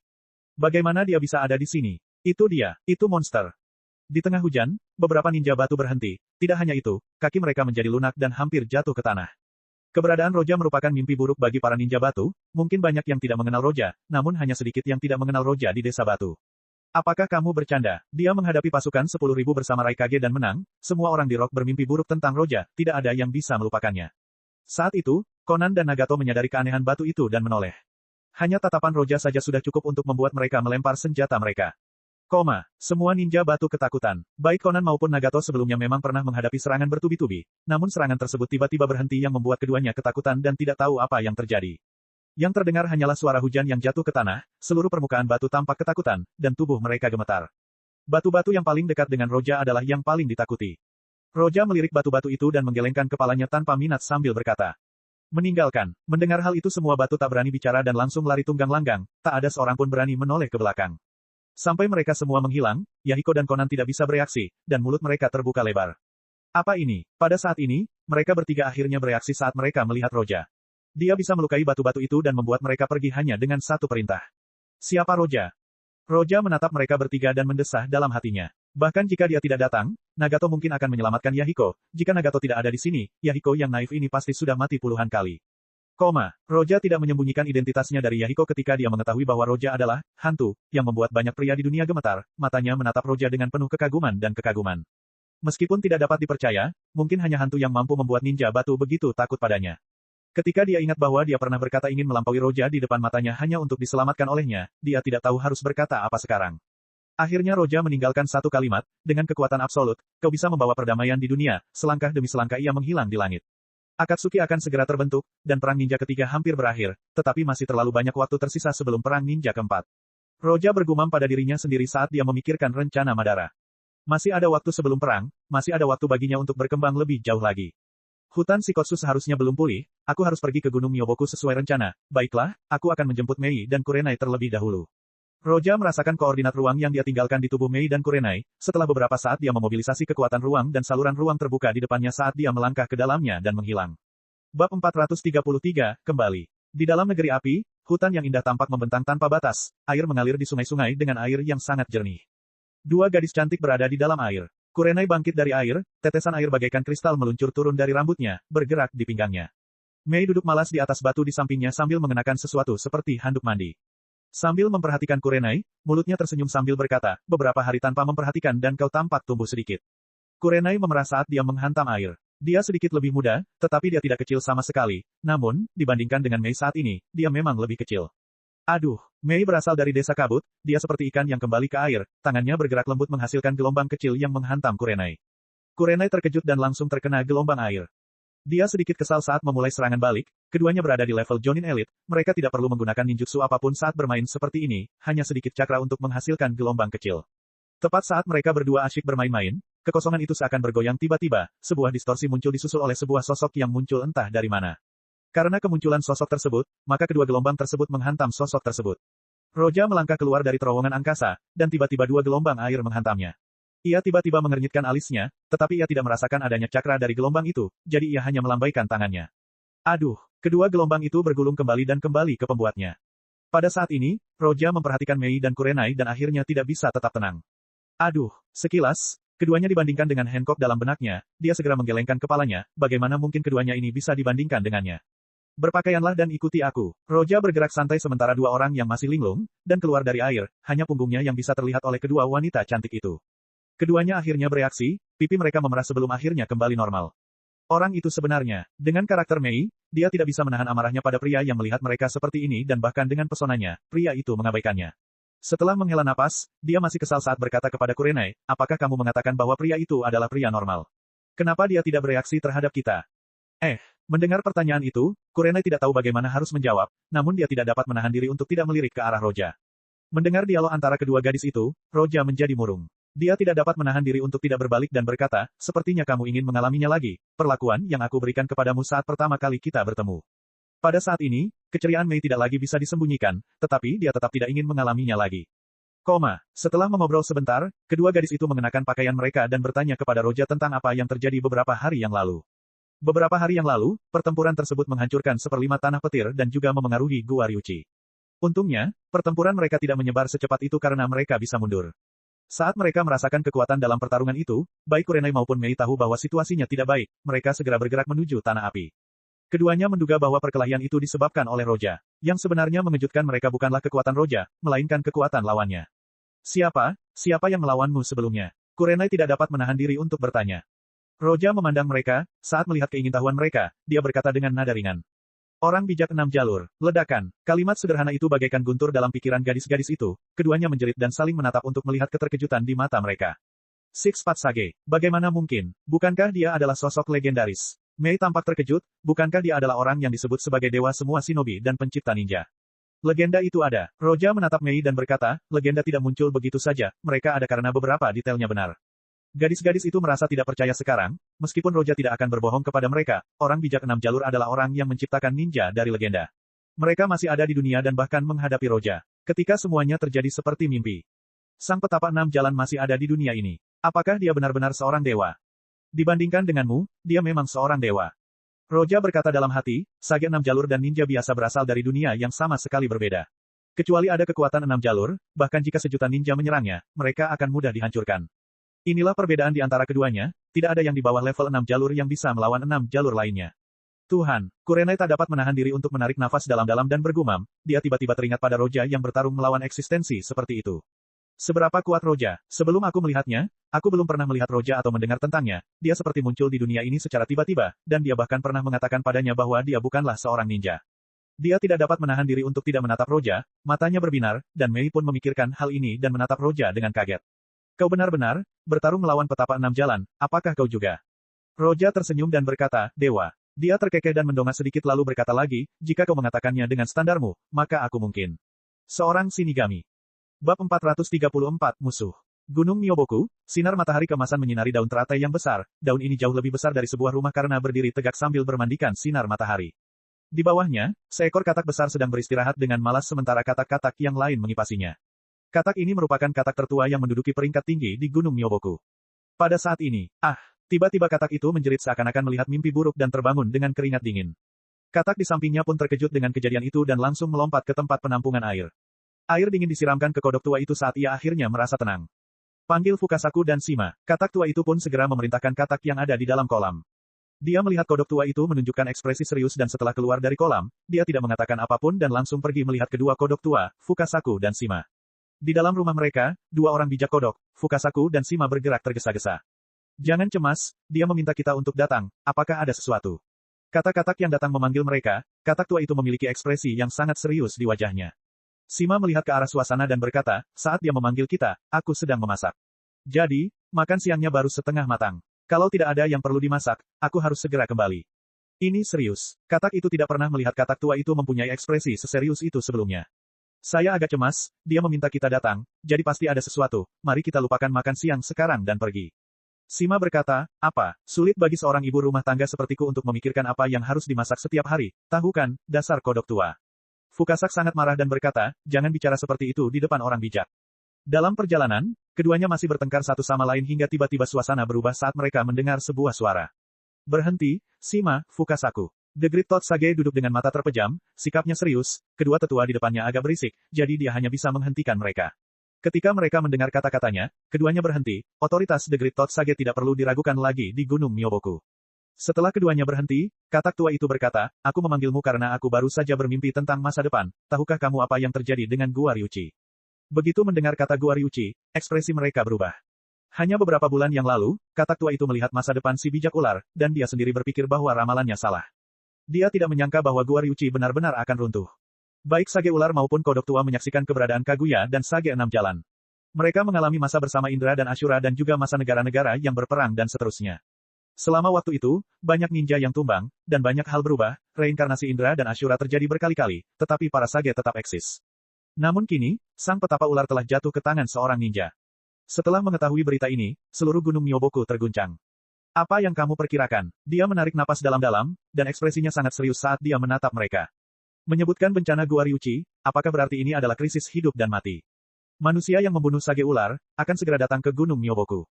Katak tua itu membuka matanya dan berkata dengan sangat serius, tujuannya adalah cakra alam. Bagi kita di sini, sedikit kekurangan cakra alam bukanlah apa-apa. Jadi, janganlah kamu menimbulkan konflik dengannya. Fukasaku, Shima, kalian berdua tunggu dia di pintu masuk, saat dia tiba, bawa dia menuju air terjun. Roja membunuh si bijak ular, dan hal itu telah diprediksi oleh katak tua. Ketika mereka mendengar perkataannya, mereka tidak mengatakan apapun dan menurutinya. Untuk eksistensi yang dapat membunuh Snake Sage, mereka tidak ingin memusuhi dia. Sebenarnya, sebelumnya Konoha sudah memberitahu mereka bahwa ada ninja hebat yang akan datang ke Gunung Myoboku untuk membuat masalah, namun mereka tidak menghiraukannya saat itu. Ninja, sekuat apapun mereka, sekuat Hashirama dan Madara, mereka tidak akan bisa merebut Gunung Myoboku dengan mudah. Indra dan Ashura sebenarnya dianggap sebagai junior bagi si katak tua. Mereka tidak menyangka bahwa beberapa bulan kemudian, Roja akan membunuh si ular bijak. Berita ini diketahui di Gunung Myoboku dan menyebabkan kepanikan. Mereka menentukan dengan cara tertentu bahwa Roja adalah ninja bermasalah yang disebutkan Konoha sebelumnya. Baiklah, masalah ini akan kami tangani. Setelah menarik napas dalam-dalam, si tetua tampak serius sambil menganggukkan kepalanya dan pergi. Ramalan datangnya Roja telah diterima oleh semua kodok. Semua orang prihatin akan hal ini, dan semua gerakan yang mereka lakukan sangat hati-hati. Bab 435, Sang Bijak Katak Agung. Apakah ini Gunung Myoboku? Benar-benar seperti yang diisukan, seperti labirin. Mei berjalan di samping Roja sambil melihat ke depannya sementara matanya bersinar terang. Bagian dalam Gunung Myoboku seperti hutan Shikotsu, tetapi bagian luarnya seperti labirin. Jika ninja yang menjelajah di sini tidak tahu jalan, ia hanya akan bergerak berputar-putar tanpa harapan untuk memasuki Gunung Myoboku. Namun ini tidak berarti apa-apa bagi Roja. Di depan, Roja memandang perbukitan di luar Gunung Myoboku dan mengangguk. Gunung Myoboku terletak di bagian tenggara tanah api, jika ia pergi lebih jauh ke timur, itu adalah laut yang mengarah ke tanah air. Akan tetapi, tempat itu terpencil dan tandus, tidak ada untungnya bertempur memperebutkan sebidang tanah ini, lagi pula di sini ada Gunung Myoboku, jadi peperangan tidak akan terjadi di sini. Setelah melewati labirin, cahaya bersinar di mata mereka, dan tempat seperti surga muncul di mata mereka. Ada banyak sekali tanaman besar, dan suasananya bagus, sama sekali berbeda dari labirin di luar. Aduh. Tepat saat Roja dan kedua gadis itu bersiap masuk, dua sosok muncul di udara dan jatuh di depan Roja. Siapa? Kurenai dan Mei langsung waspada, tetapi saat mereka melihat dua katak kecil muncul di hadapan mereka, mereka pun tenang. Namun, Kurenai masih sepenuhnya santai, karena dia merasakan fluktuasi cakra yang luar biasa kuat dari kedua katak ini. Ternyata, Shima Agung dan Fukasaku, apakah Gunung Myoboku tidak menyambutku? Roja menatap kedua kodok itu dan tersenyum tipis. Keduanya dikejutkan oleh Roja, dia benar-benar memanggil nama mereka. Ini pertama kalinya dia melihat mereka, bagaimana dia tahu. Roja memiliki tubuh Sage yang sempurna dan masih mengubahnya menjadi tubuh Six-Pack. Orang biasa tidak akan menyadari hal ini, tetapi kedua kodok itu telah bertahan hidup selama ratusan tahun, mereka mampu memahami situasi dengan tubuh Roja. TDK terduga, hanya dari pandangan sekilas, itulah kata yang mereka gambarkan untuk Roja. Sama-sama menjadi pengunjung kami. Fukasaku menekan ketegangan di hatinya saat dia bergegas menyambut Roja. Melihat tingkah laku Shima dan Fukasaku, Roja sedikit terkejut. Dia baru saja tiba di sini, tetapi kedua tetua datang menyambutnya, yang mana tidak mungkin hanya kebetulan. Apakah sang bijak katak besar meramalkan hal ini? Memikirkan hal ini, Roja sedikit tertarik. Hakinya telah dikembangkan secara ekstrim, tetapi ia hanya dapat melihat masa depan selama beberapa detik. Dan menurut ingatan Roja, petapa katak agung benar-benar dapat melihat masa depan, jauh lebih lama daripada Roja. Satu-satunya masalahnya adalah si katak besar hanya bisa melihat sedikit gambaran tentang masa depan, tidak seperti Roja yang bisa melihat apa yang akan terjadi sebenarnya dalam beberapa detik ke depan. Kalau begitu, aku ingin mencari Sage Katak Agung. Aku ingin tahu apakah kamu bisa menunjukkan jalannya. Roja menatap Fukasaku dan Shima dan bertanya. Shima dan Fukasaku nampaknya sudah siap untuk ini, namun menemui petapa katak besar adalah sesuatu yang sangat sulit, bahkan Jiraiya melihatnya hanya karena petapa katak besar meminta untuk menemuinya. Namun Roja berbeda, Roja membunuh Snake Sage yang sangat kuat. Akan bodoh jika menolak Roja. Fukasaku dan Shima mengangguk dengan sungguh-sungguh untuk menyatakan persetujuan mereka. Dengan mereka berdua sebagai penunjuk jalan, Roja segera tiba di istana tempat petapa katak agung berada. Tunggu sebentar, aku akan memberitahu Sage. Fukasaku langsung membungkuk pada Roja dan melompat ke dalam istana, hanya menyisakan Shima yang menemaninya. Sepanjang perjalanan, Shima dan Fukasaku mencoba menyelidiki Roja, dan semakin banyak yang mereka temukan, semakin terkejut pula mereka. Di hadapan Roja, mereka akan berbohong jika mereka mengatakan tidak gugup. Melihat Fukasaku akan melapor, Roja tidak terburu-buru, dia tersenyum dan menunggu. Dia sangat tertarik dengan kemampuan untuk meramal masa depan, karena kemampuan itu mungkin akan membuka atribut kemampuan waktu. Itu adalah atribut kendali dan salah satu yang terkuat. Di seluruh dunia Naruto, hanya ada beberapa kemampuan yang berhubungan dengan luar angkasa, yang terkuat di antara semuanya adalah Dewa Petir Terbang. Dan waktu tanpa diragukan lagi berada di atas ruang, bos utama dunia Shinigami memiliki sesuatu seperti ini. Roja tidak punya gambaran bagaimana dia bisa menghadapinya sampai sekarang, dia hanya bisa memikirkan cara untuk sedikit ikut campur. Tak lama kemudian, Fukasaku kembali dan mengangguk pada Roja. Sang bijak katak agung menyambutmu. Kamu tunggu aku di sini. Roja berkata pada Mei dan Kurenai dan langsung masuk ke dalam.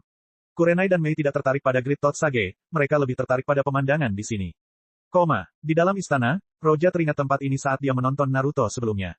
Ruangan ini sangat sederhana dan elegan, di depan, sang katak besar sedang duduk di sofa empuknya menunggu Roja.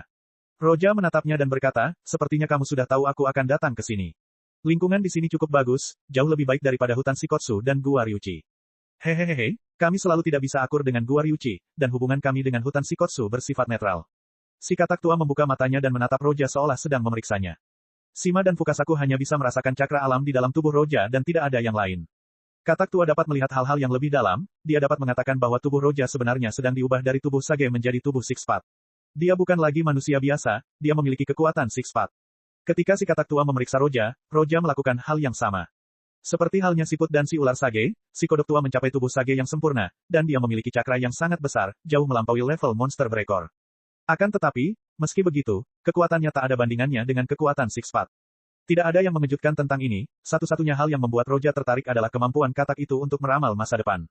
Bab 436, Kemampuan Prediksi. Sepertinya kau sudah tahu kalau aku akan datang ke sini. Reputasimu dalam meramal masa depan memang pantas. Roja menatap penasaran ke arah si bijak katak besar dan tersenyum. Mata sang bijak katak besar sedikit berbinar ketika dia tersenyum perlahan dan berkata dengan suara lemah, itu hanya kemampuan kecil, itu bukan kemampuan yang kuat. Sang bijak agung tampak seperti orang yang kuno, dia bijaksana. Bahkan jika seekor babi hidup begitu lama, dia akan mendapatkan kebijaksanaan, belum lagi kodok-kodok di sini. Ketiga petapa hewan tersebut sangatlah cerdas, tetapi tindakan mereka berbeda. Siput bersifat anggun, ular bersifat licik, dan kodok berpikiran jernih dan bijaksana. Sungguh malang bagi para kodok, meskipun dia 3 kali lebih bijak, dia tidak akan mampu memprediksi tindakan Roja. Si ular mencoba mengendalikan Roja, dan sekarang dia menjadi legenda yang jatuh.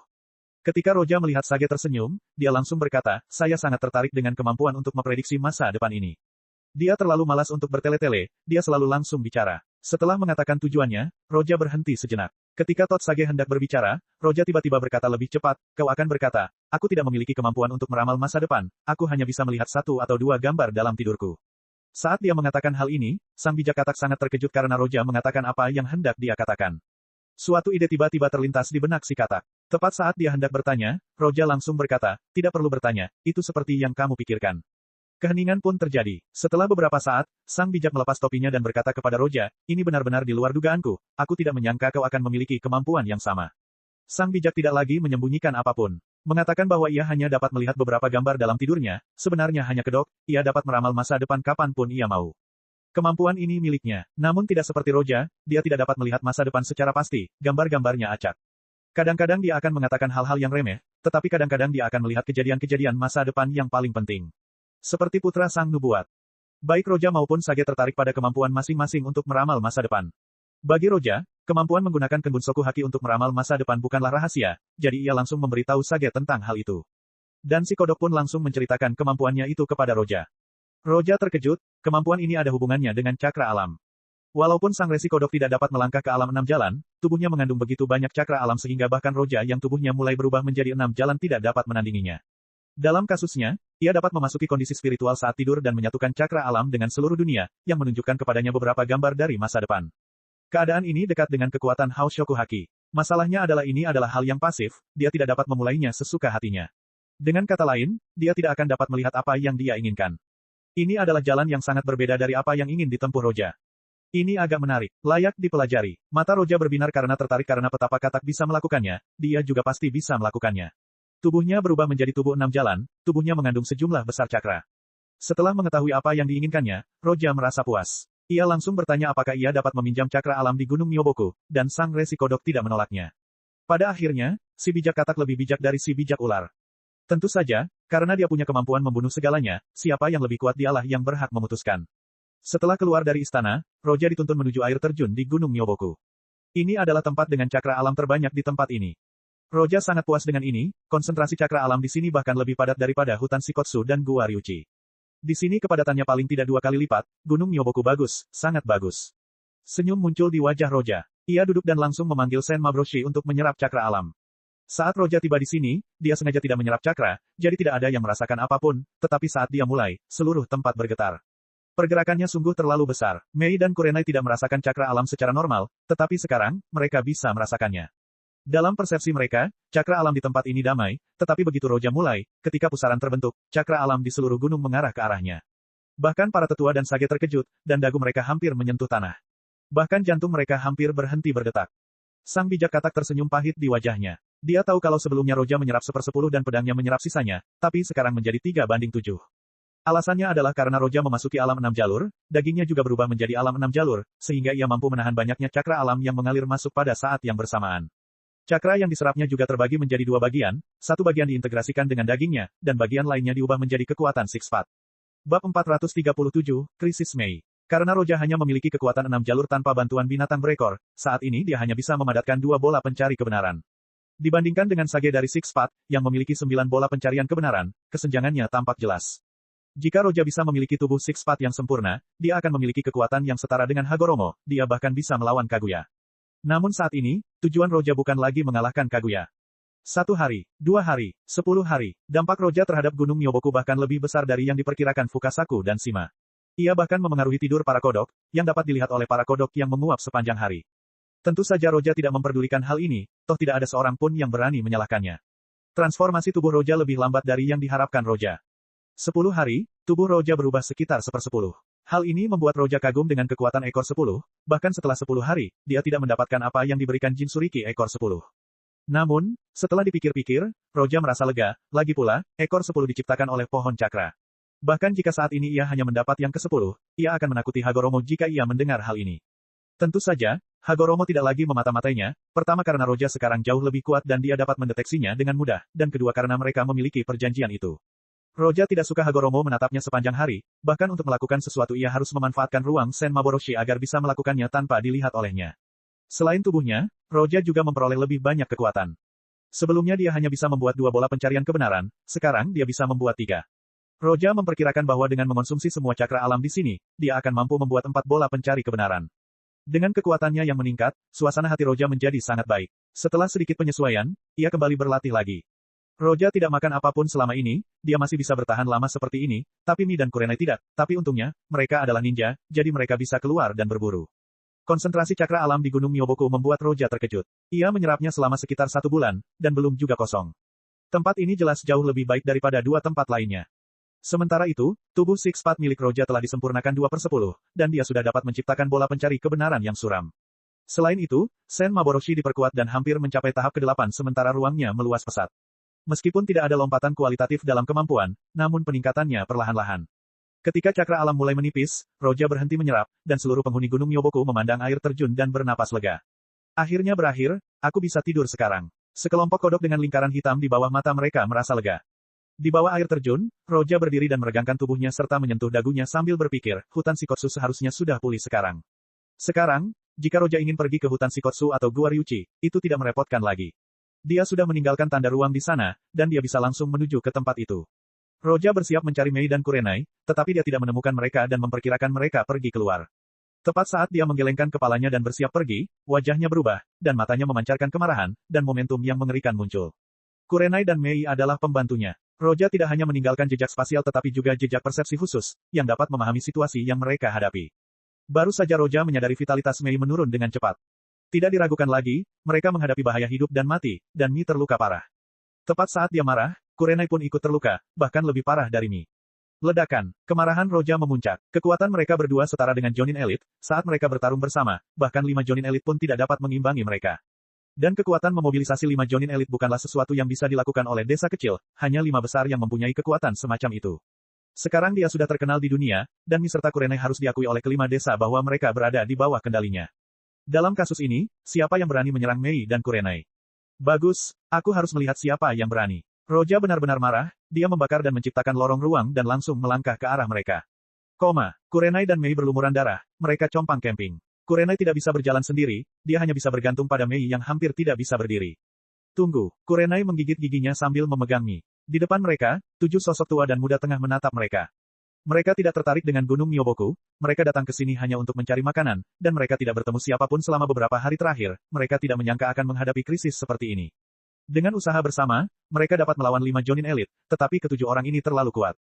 Mereka adalah 7 pendekar pedang dari kabut. Apakah kamu ingin melawan? Larilah jika kau bisa, kami akan menghabisimu dan kembali. Ketujuh pendekar pedang itu memandangi tubuh Mei dan Kurenai. Berbeda dengan Mei, Desa Mis tidak menyerah dalam usaha menyelamatkan Mei. Setelah berita tentang kejadian itu terdengar, desa langsung memutuskan untuk mengambil tindakan. Meskipun Roja kuat, mereka tidak menyangka bahwa Roja dapat melawan 7 pendekar pedang kabut. Namun, ketika jejak Mei terungkap, perintah tingkat tinggi langsung dikeluarkan untuk membunuh pengkhianat itu. Bab 438, Kemarahan. Apakah perlu membunuh? Kurenai mencoba membantu Mei sambil berkata dengan penuh darah. Berurusan dengan pengkhianat, tentu saja, tidak akan ada belas kasihan yang ditunjukkan. Pemimpin 7 pendekar pedang yang membalas Kurenai adalah seorang ninja jenius. Dia memegang pedangnya sambil memperlihatkan giginya dan langsung melompat dan mengayunkan pedangnya ke arah Kurenai dan Mei dengan niat untuk membunuh. Kurenai menggigit giginya dan mendorong Mei lalu melompat sambil menahan rasa sakit. Kemudian dia melihat Mei yang nyaris terhindar dari serangan itu. Tidak ada yang meremehkan gadis-gadis itu. Melihat Kurenai dan Mei menghindari serangannya meskipun mereka terluka, dia marah dan langsung mengayunkan pedangnya lagi. Pedang itu sangat berat, seakan-akan ada gunung yang runtuh, udara tajam beriak di sekitarnya. Kurenai menyadari kekuatan serangan tersebut dan ingin menghindar, namun dengan luka-luka yang dialaminya, ia tidak memiliki kesempatan dan Mi pun akan terkena serangan ini secara langsung. Dia menggertakkan giginya dan mengambil kunai dan mencoba menahan serangan itu.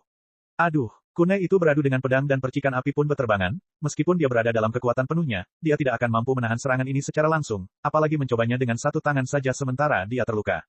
Ding, Kurenai merasa getir, dan matanya dipenuhi keputusasaan. Kunai jatuh, dan pedang itu bergerak ke arahnya, mencoba membelahnya menjadi 2. Melihat tak ada lagi yang dapat diperbuatnya, Kurenai hanya memejamkan mata menanti ajal menjemput.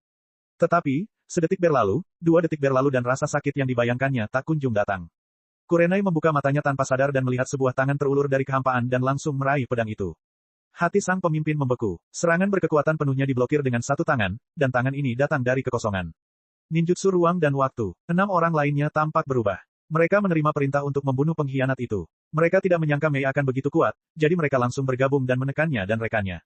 Kini, terjadilah sesuatu yang tidak mereka duga. Yang lebih mengerikan lagi, tangan yang memegang pedang itu menekannya. Aduh, tiba-tiba suatu kekuatan dahsyat menekan pedang itu dan retakan pun mulai muncul di sana. Salah satu pedang yang mereka banggakan ternyata dihancurkan oleh tangan kosong orang ini. Kalau mereka tidak melihatnya dengan mata kepala sendiri, mereka tidak akan percaya. Setelah menghancurkan pedang itu, Roja akhirnya melangkah keluar dari kehampaan. Wajahnya lebih dingin dari sebelumnya, matanya seolah menusuk ke 7 orang itu. Tentu saja, 7 pendekar pedang sebenarnya tidak melihat Roja sebelumnya, tetapi informasi tentangnya sudah tersebar ke seluruh dunia. Terlebih lagi, Mei seharusnya menjadi salah satu dari mereka sampai dia ditangkap oleh Roja dan mengkhianati mereka. Aduh, tepat saat Roja muncul, salah satu dari 7 orang yang gemuk langsung melancarkan serangan ke Mei. Tubuhnya yang gemuk itu lentur, dialah yang paling dekat dengan Mei, dan pedangnya langsung bergerak ke arahnya. Kena kamu, si gendut menatap Mei dengan dingin, karena ia ingin membunuh Mei terlebih dahulu lalu bergabung dan mencoba membunuh Roja. Meskipun rumor mengatakan bahwa Roja sangat kuat, mereka masih yakin bisa mundur. Akan tetapi, sebelum pedang itu jatuh, Roja yang berada jauh tiba-tiba muncul di sampingnya pada saat berikutnya. Hal terakhir yang dilihat pria gendut itu adalah wajah Roja yang dingin dan kejam. Ledakan, Roja menendang langsung, dan tubuh gemuk itu seperti bola yang terbang lurus menuju kejauhan. Aduh, tubuh gemuk itu menabrak 10 pohon sebelum akhirnya mencapai sebuah batu dan meledakannya. Darah berhamburan kemana-mana. Ini tidak mungkin. Melarikan diri. Melihat kejadian ini, ke-6 orang yang tersisa ketakutan. Menghancurkan pedang dan membunuh salah satu dari mereka dengan mudah adalah hal yang terlalu mengerikan. Kekuatan pria gemuk itu termasuk yang teratas dalam peringkat mereka. Dia hampir berada di posisi kedua setelah pemimpin, dan sekarang hanya dengan satu tendangan, dia terbunuh. Aduh. Ke-6-nya berhasil melarikan diri, dan mereka melarikan diri ke 6 arah yang berbeda. Roja menatap mereka dengan dingin dan tidak mengejar, dia terlebih dahulu berjongkok dan meletakkan tangannya di tubuh Mei. Vitalitas Mei perlahan menghilang, dan jelas bahwa dia berada di ambang kematian. Luka-lukanya tidak menjadi masalah bagi Roja. 7 pendekar pedang desa kabut, hebat sekali. Setelah tangan Roja diletakkan pada Mei, dia memanggil Sen Maboroshi dan mengayunkan pedangnya ke 6 orang yang melarikan diri. Terlepas dari hasilnya, Roja membatalkan pemanggilan Sen Maboroshi dan mengerahkan kekuatan 6 jalur di tubuhnya dan mengalirkannya ke tubuh Mei. Dalam cerita aslinya, Naruto dapat menyelamatkan Gai, yang hampir mati setelah membuka gerbang ke-8. Kekuatan Roja saat ini tidak lebih lemah dari Naruto, jadi jika masih ada satu napas tersisa, dia dapat menyelamatkannya. Celepuk, tepat saat Roja merawat Mei, Kurenai akhirnya menghela napas lega sebelum jatuh ke tanah. Roja menjentikkan tangannya, dan tubuh Kurenai muncul di sampingnya, dia meletakkan satu tangannya di Mei dan yang lainnya di Kurenai. Dengan kekuatan Six Path, Kurenai dan Mei dengan cepat mulai pulih, dan luka mereka sembuh dengan kecepatan yang terlihat, dan pernafasan mereka menjadi stabil. Bab 439, Roja sangat kuat. Aduh, pedang Roja langsung membelah setengah hutan, dan dari 6 hutan yang tersisa, satu langsung terbelah 2. Yang lainnya terlalu terkejut, mereka tidak berani melihat ke belakang saat mereka melarikan diri. Yang tidak mereka sadari adalah sosok yang berdiri di pegunungan jauh sambil memandang Roja yang menyelamatkan Kurenai dan Mei serta adegan serangan pedang. Kabut, hehehe, dia mengenakan topeng di wajahnya dan memiliki 2 mata berwarna merah darah dengan pola hitam di dalamnya. Identitasnya jelas, itu Obito Uchiha. Sepertinya karena Roja, ada beberapa hal yang berubah di dunia, dia tidak memberikan salah satu matanya kepada Kakashi. Pada saat itu, sebuah tubuh muncul dari tanah.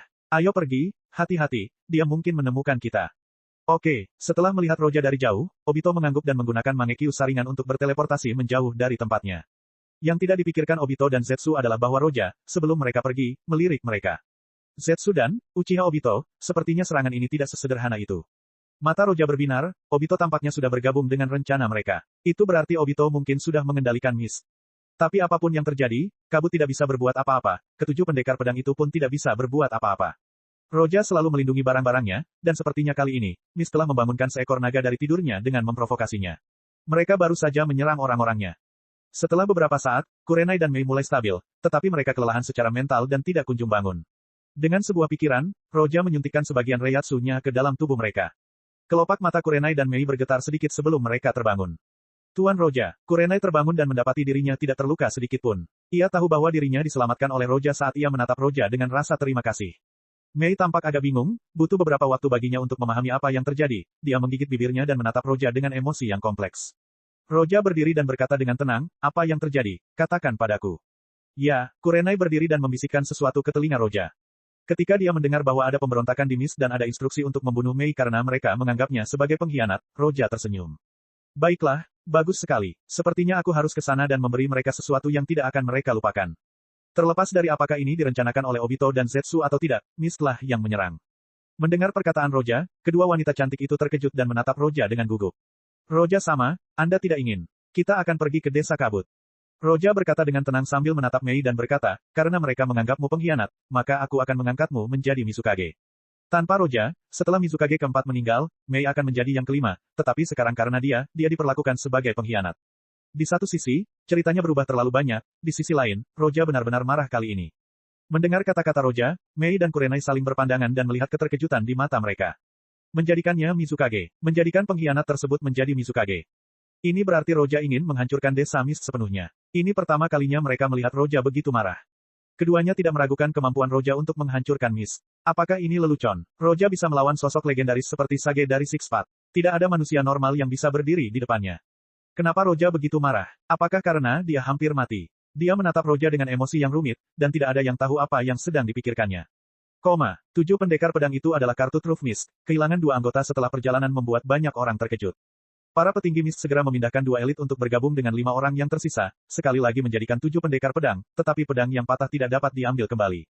Tentu saja, setelah memprovokasi seseorang sekuat Roja, mereka menjadi benar-benar gelisah. Mizukage, keputusanmu terlalu terburu-buru, kau memprovokasi hantu. Kami tidak hanya kehilangan 2 orang, tetapi kami juga memprovokasi monster. Pada pertemuan itu, beberapa tetua memprotes keputusan yang diambil si keempat. Yang keempat menatap dingin ke arah para tetua dan tiba-tiba berkata, jadi, meskipun dia kuat, apakah sebuah desa perlu takut pada satu orang?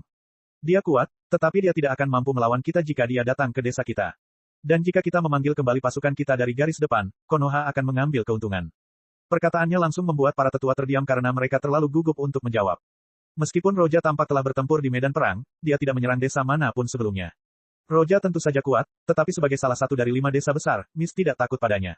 Bab 440, Mizukage keempat. Dibandingkan dengan desa-desa kecil, Mist jauh lebih besar. Namun, atmosfer di dalamnya aneh dan dingin. Sistem ninja di Mist sangat kejam dibandingkan dengan desa lainnya. Di pintu masuk desa, beberapa orang memeriksa setiap orang yang masuk dan keluar.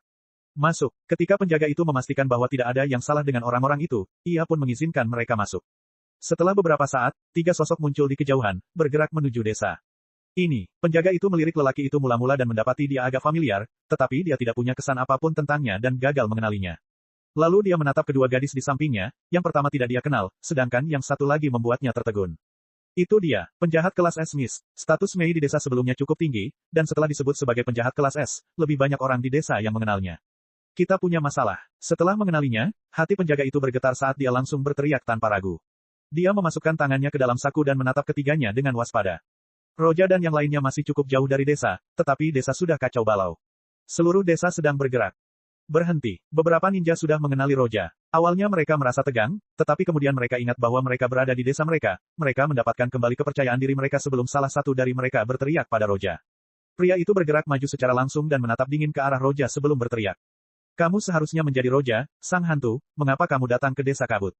Sambil berbicara, dia melirik Mei di samping Roja dengan acuh tak acuh.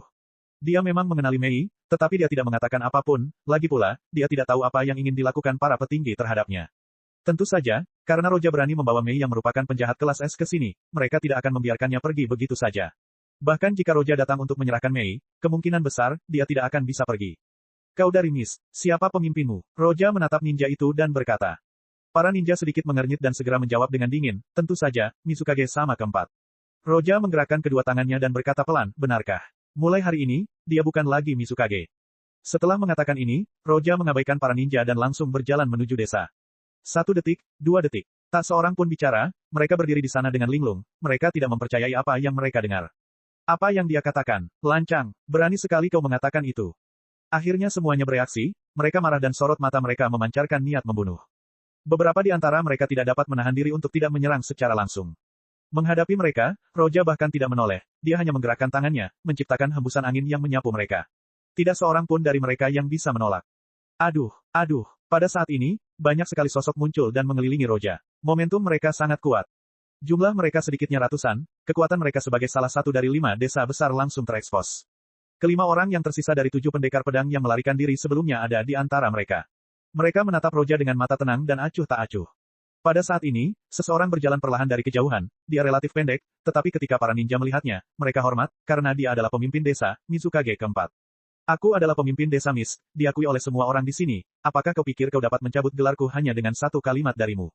Yagura melangkah maju ke arah Roja sambil berkata dengan tenang. Wajahnya tidak menunjukkan kemarahan, tidak ada yang tahu apakah dia sedang dikendalikan oleh Obito atau tidak. Memperlakukan Mei sebagai pemberontak dan mengirim 7 pendekar pedang untuk mengejarnya adalah perbuatanmu, kan? Roja menatap Mizukage dan berkata perlahan. Yagura mengangkat kepalanya dan berkata, ya, baiklah, aku masih punya pertanyaan yang ingin kutanyakan. Roja berkata pelan sambil mengulurkan tangan dan meraih Sen Maboroshi lalu berkata, jika aku mengayunkan pedang ini ke bawah, apakah kau yakin kau akan mati? Omong kosong, wajah Yagura menjadi dingin, ninja yang tak terhitung jumlahnya di kerumunan mulai bersiap untuk menyerang sementara dia melakukan hal yang sama. Pelepasan air, teknik penjara 1000 air. Aduh. Banyak ninja yang melontarkan ninjutsu secara bersamaan. Teknik ini sama dengan formasi 4 api ungu Konoha, tetapi teknik ini tidak memiliki batas. Kekuatan teknik ini ditentukan oleh seberapa banyak cakra yang dimasukkan pengguna. Bahkan monster berekor pun membutuhkan waktu untuk membebaskan diri. Apakah kau pikir kabut tidak berguna seperti batu-batu ini? Yagura mencibir sambil berkata, cek. Rakan-rakan kultivator sekalian, sebelum retret, sila terus berkultivasi untuk jurus subscribe, like, share dan komentar agar sekte novel Zadim terus berkembang pesat.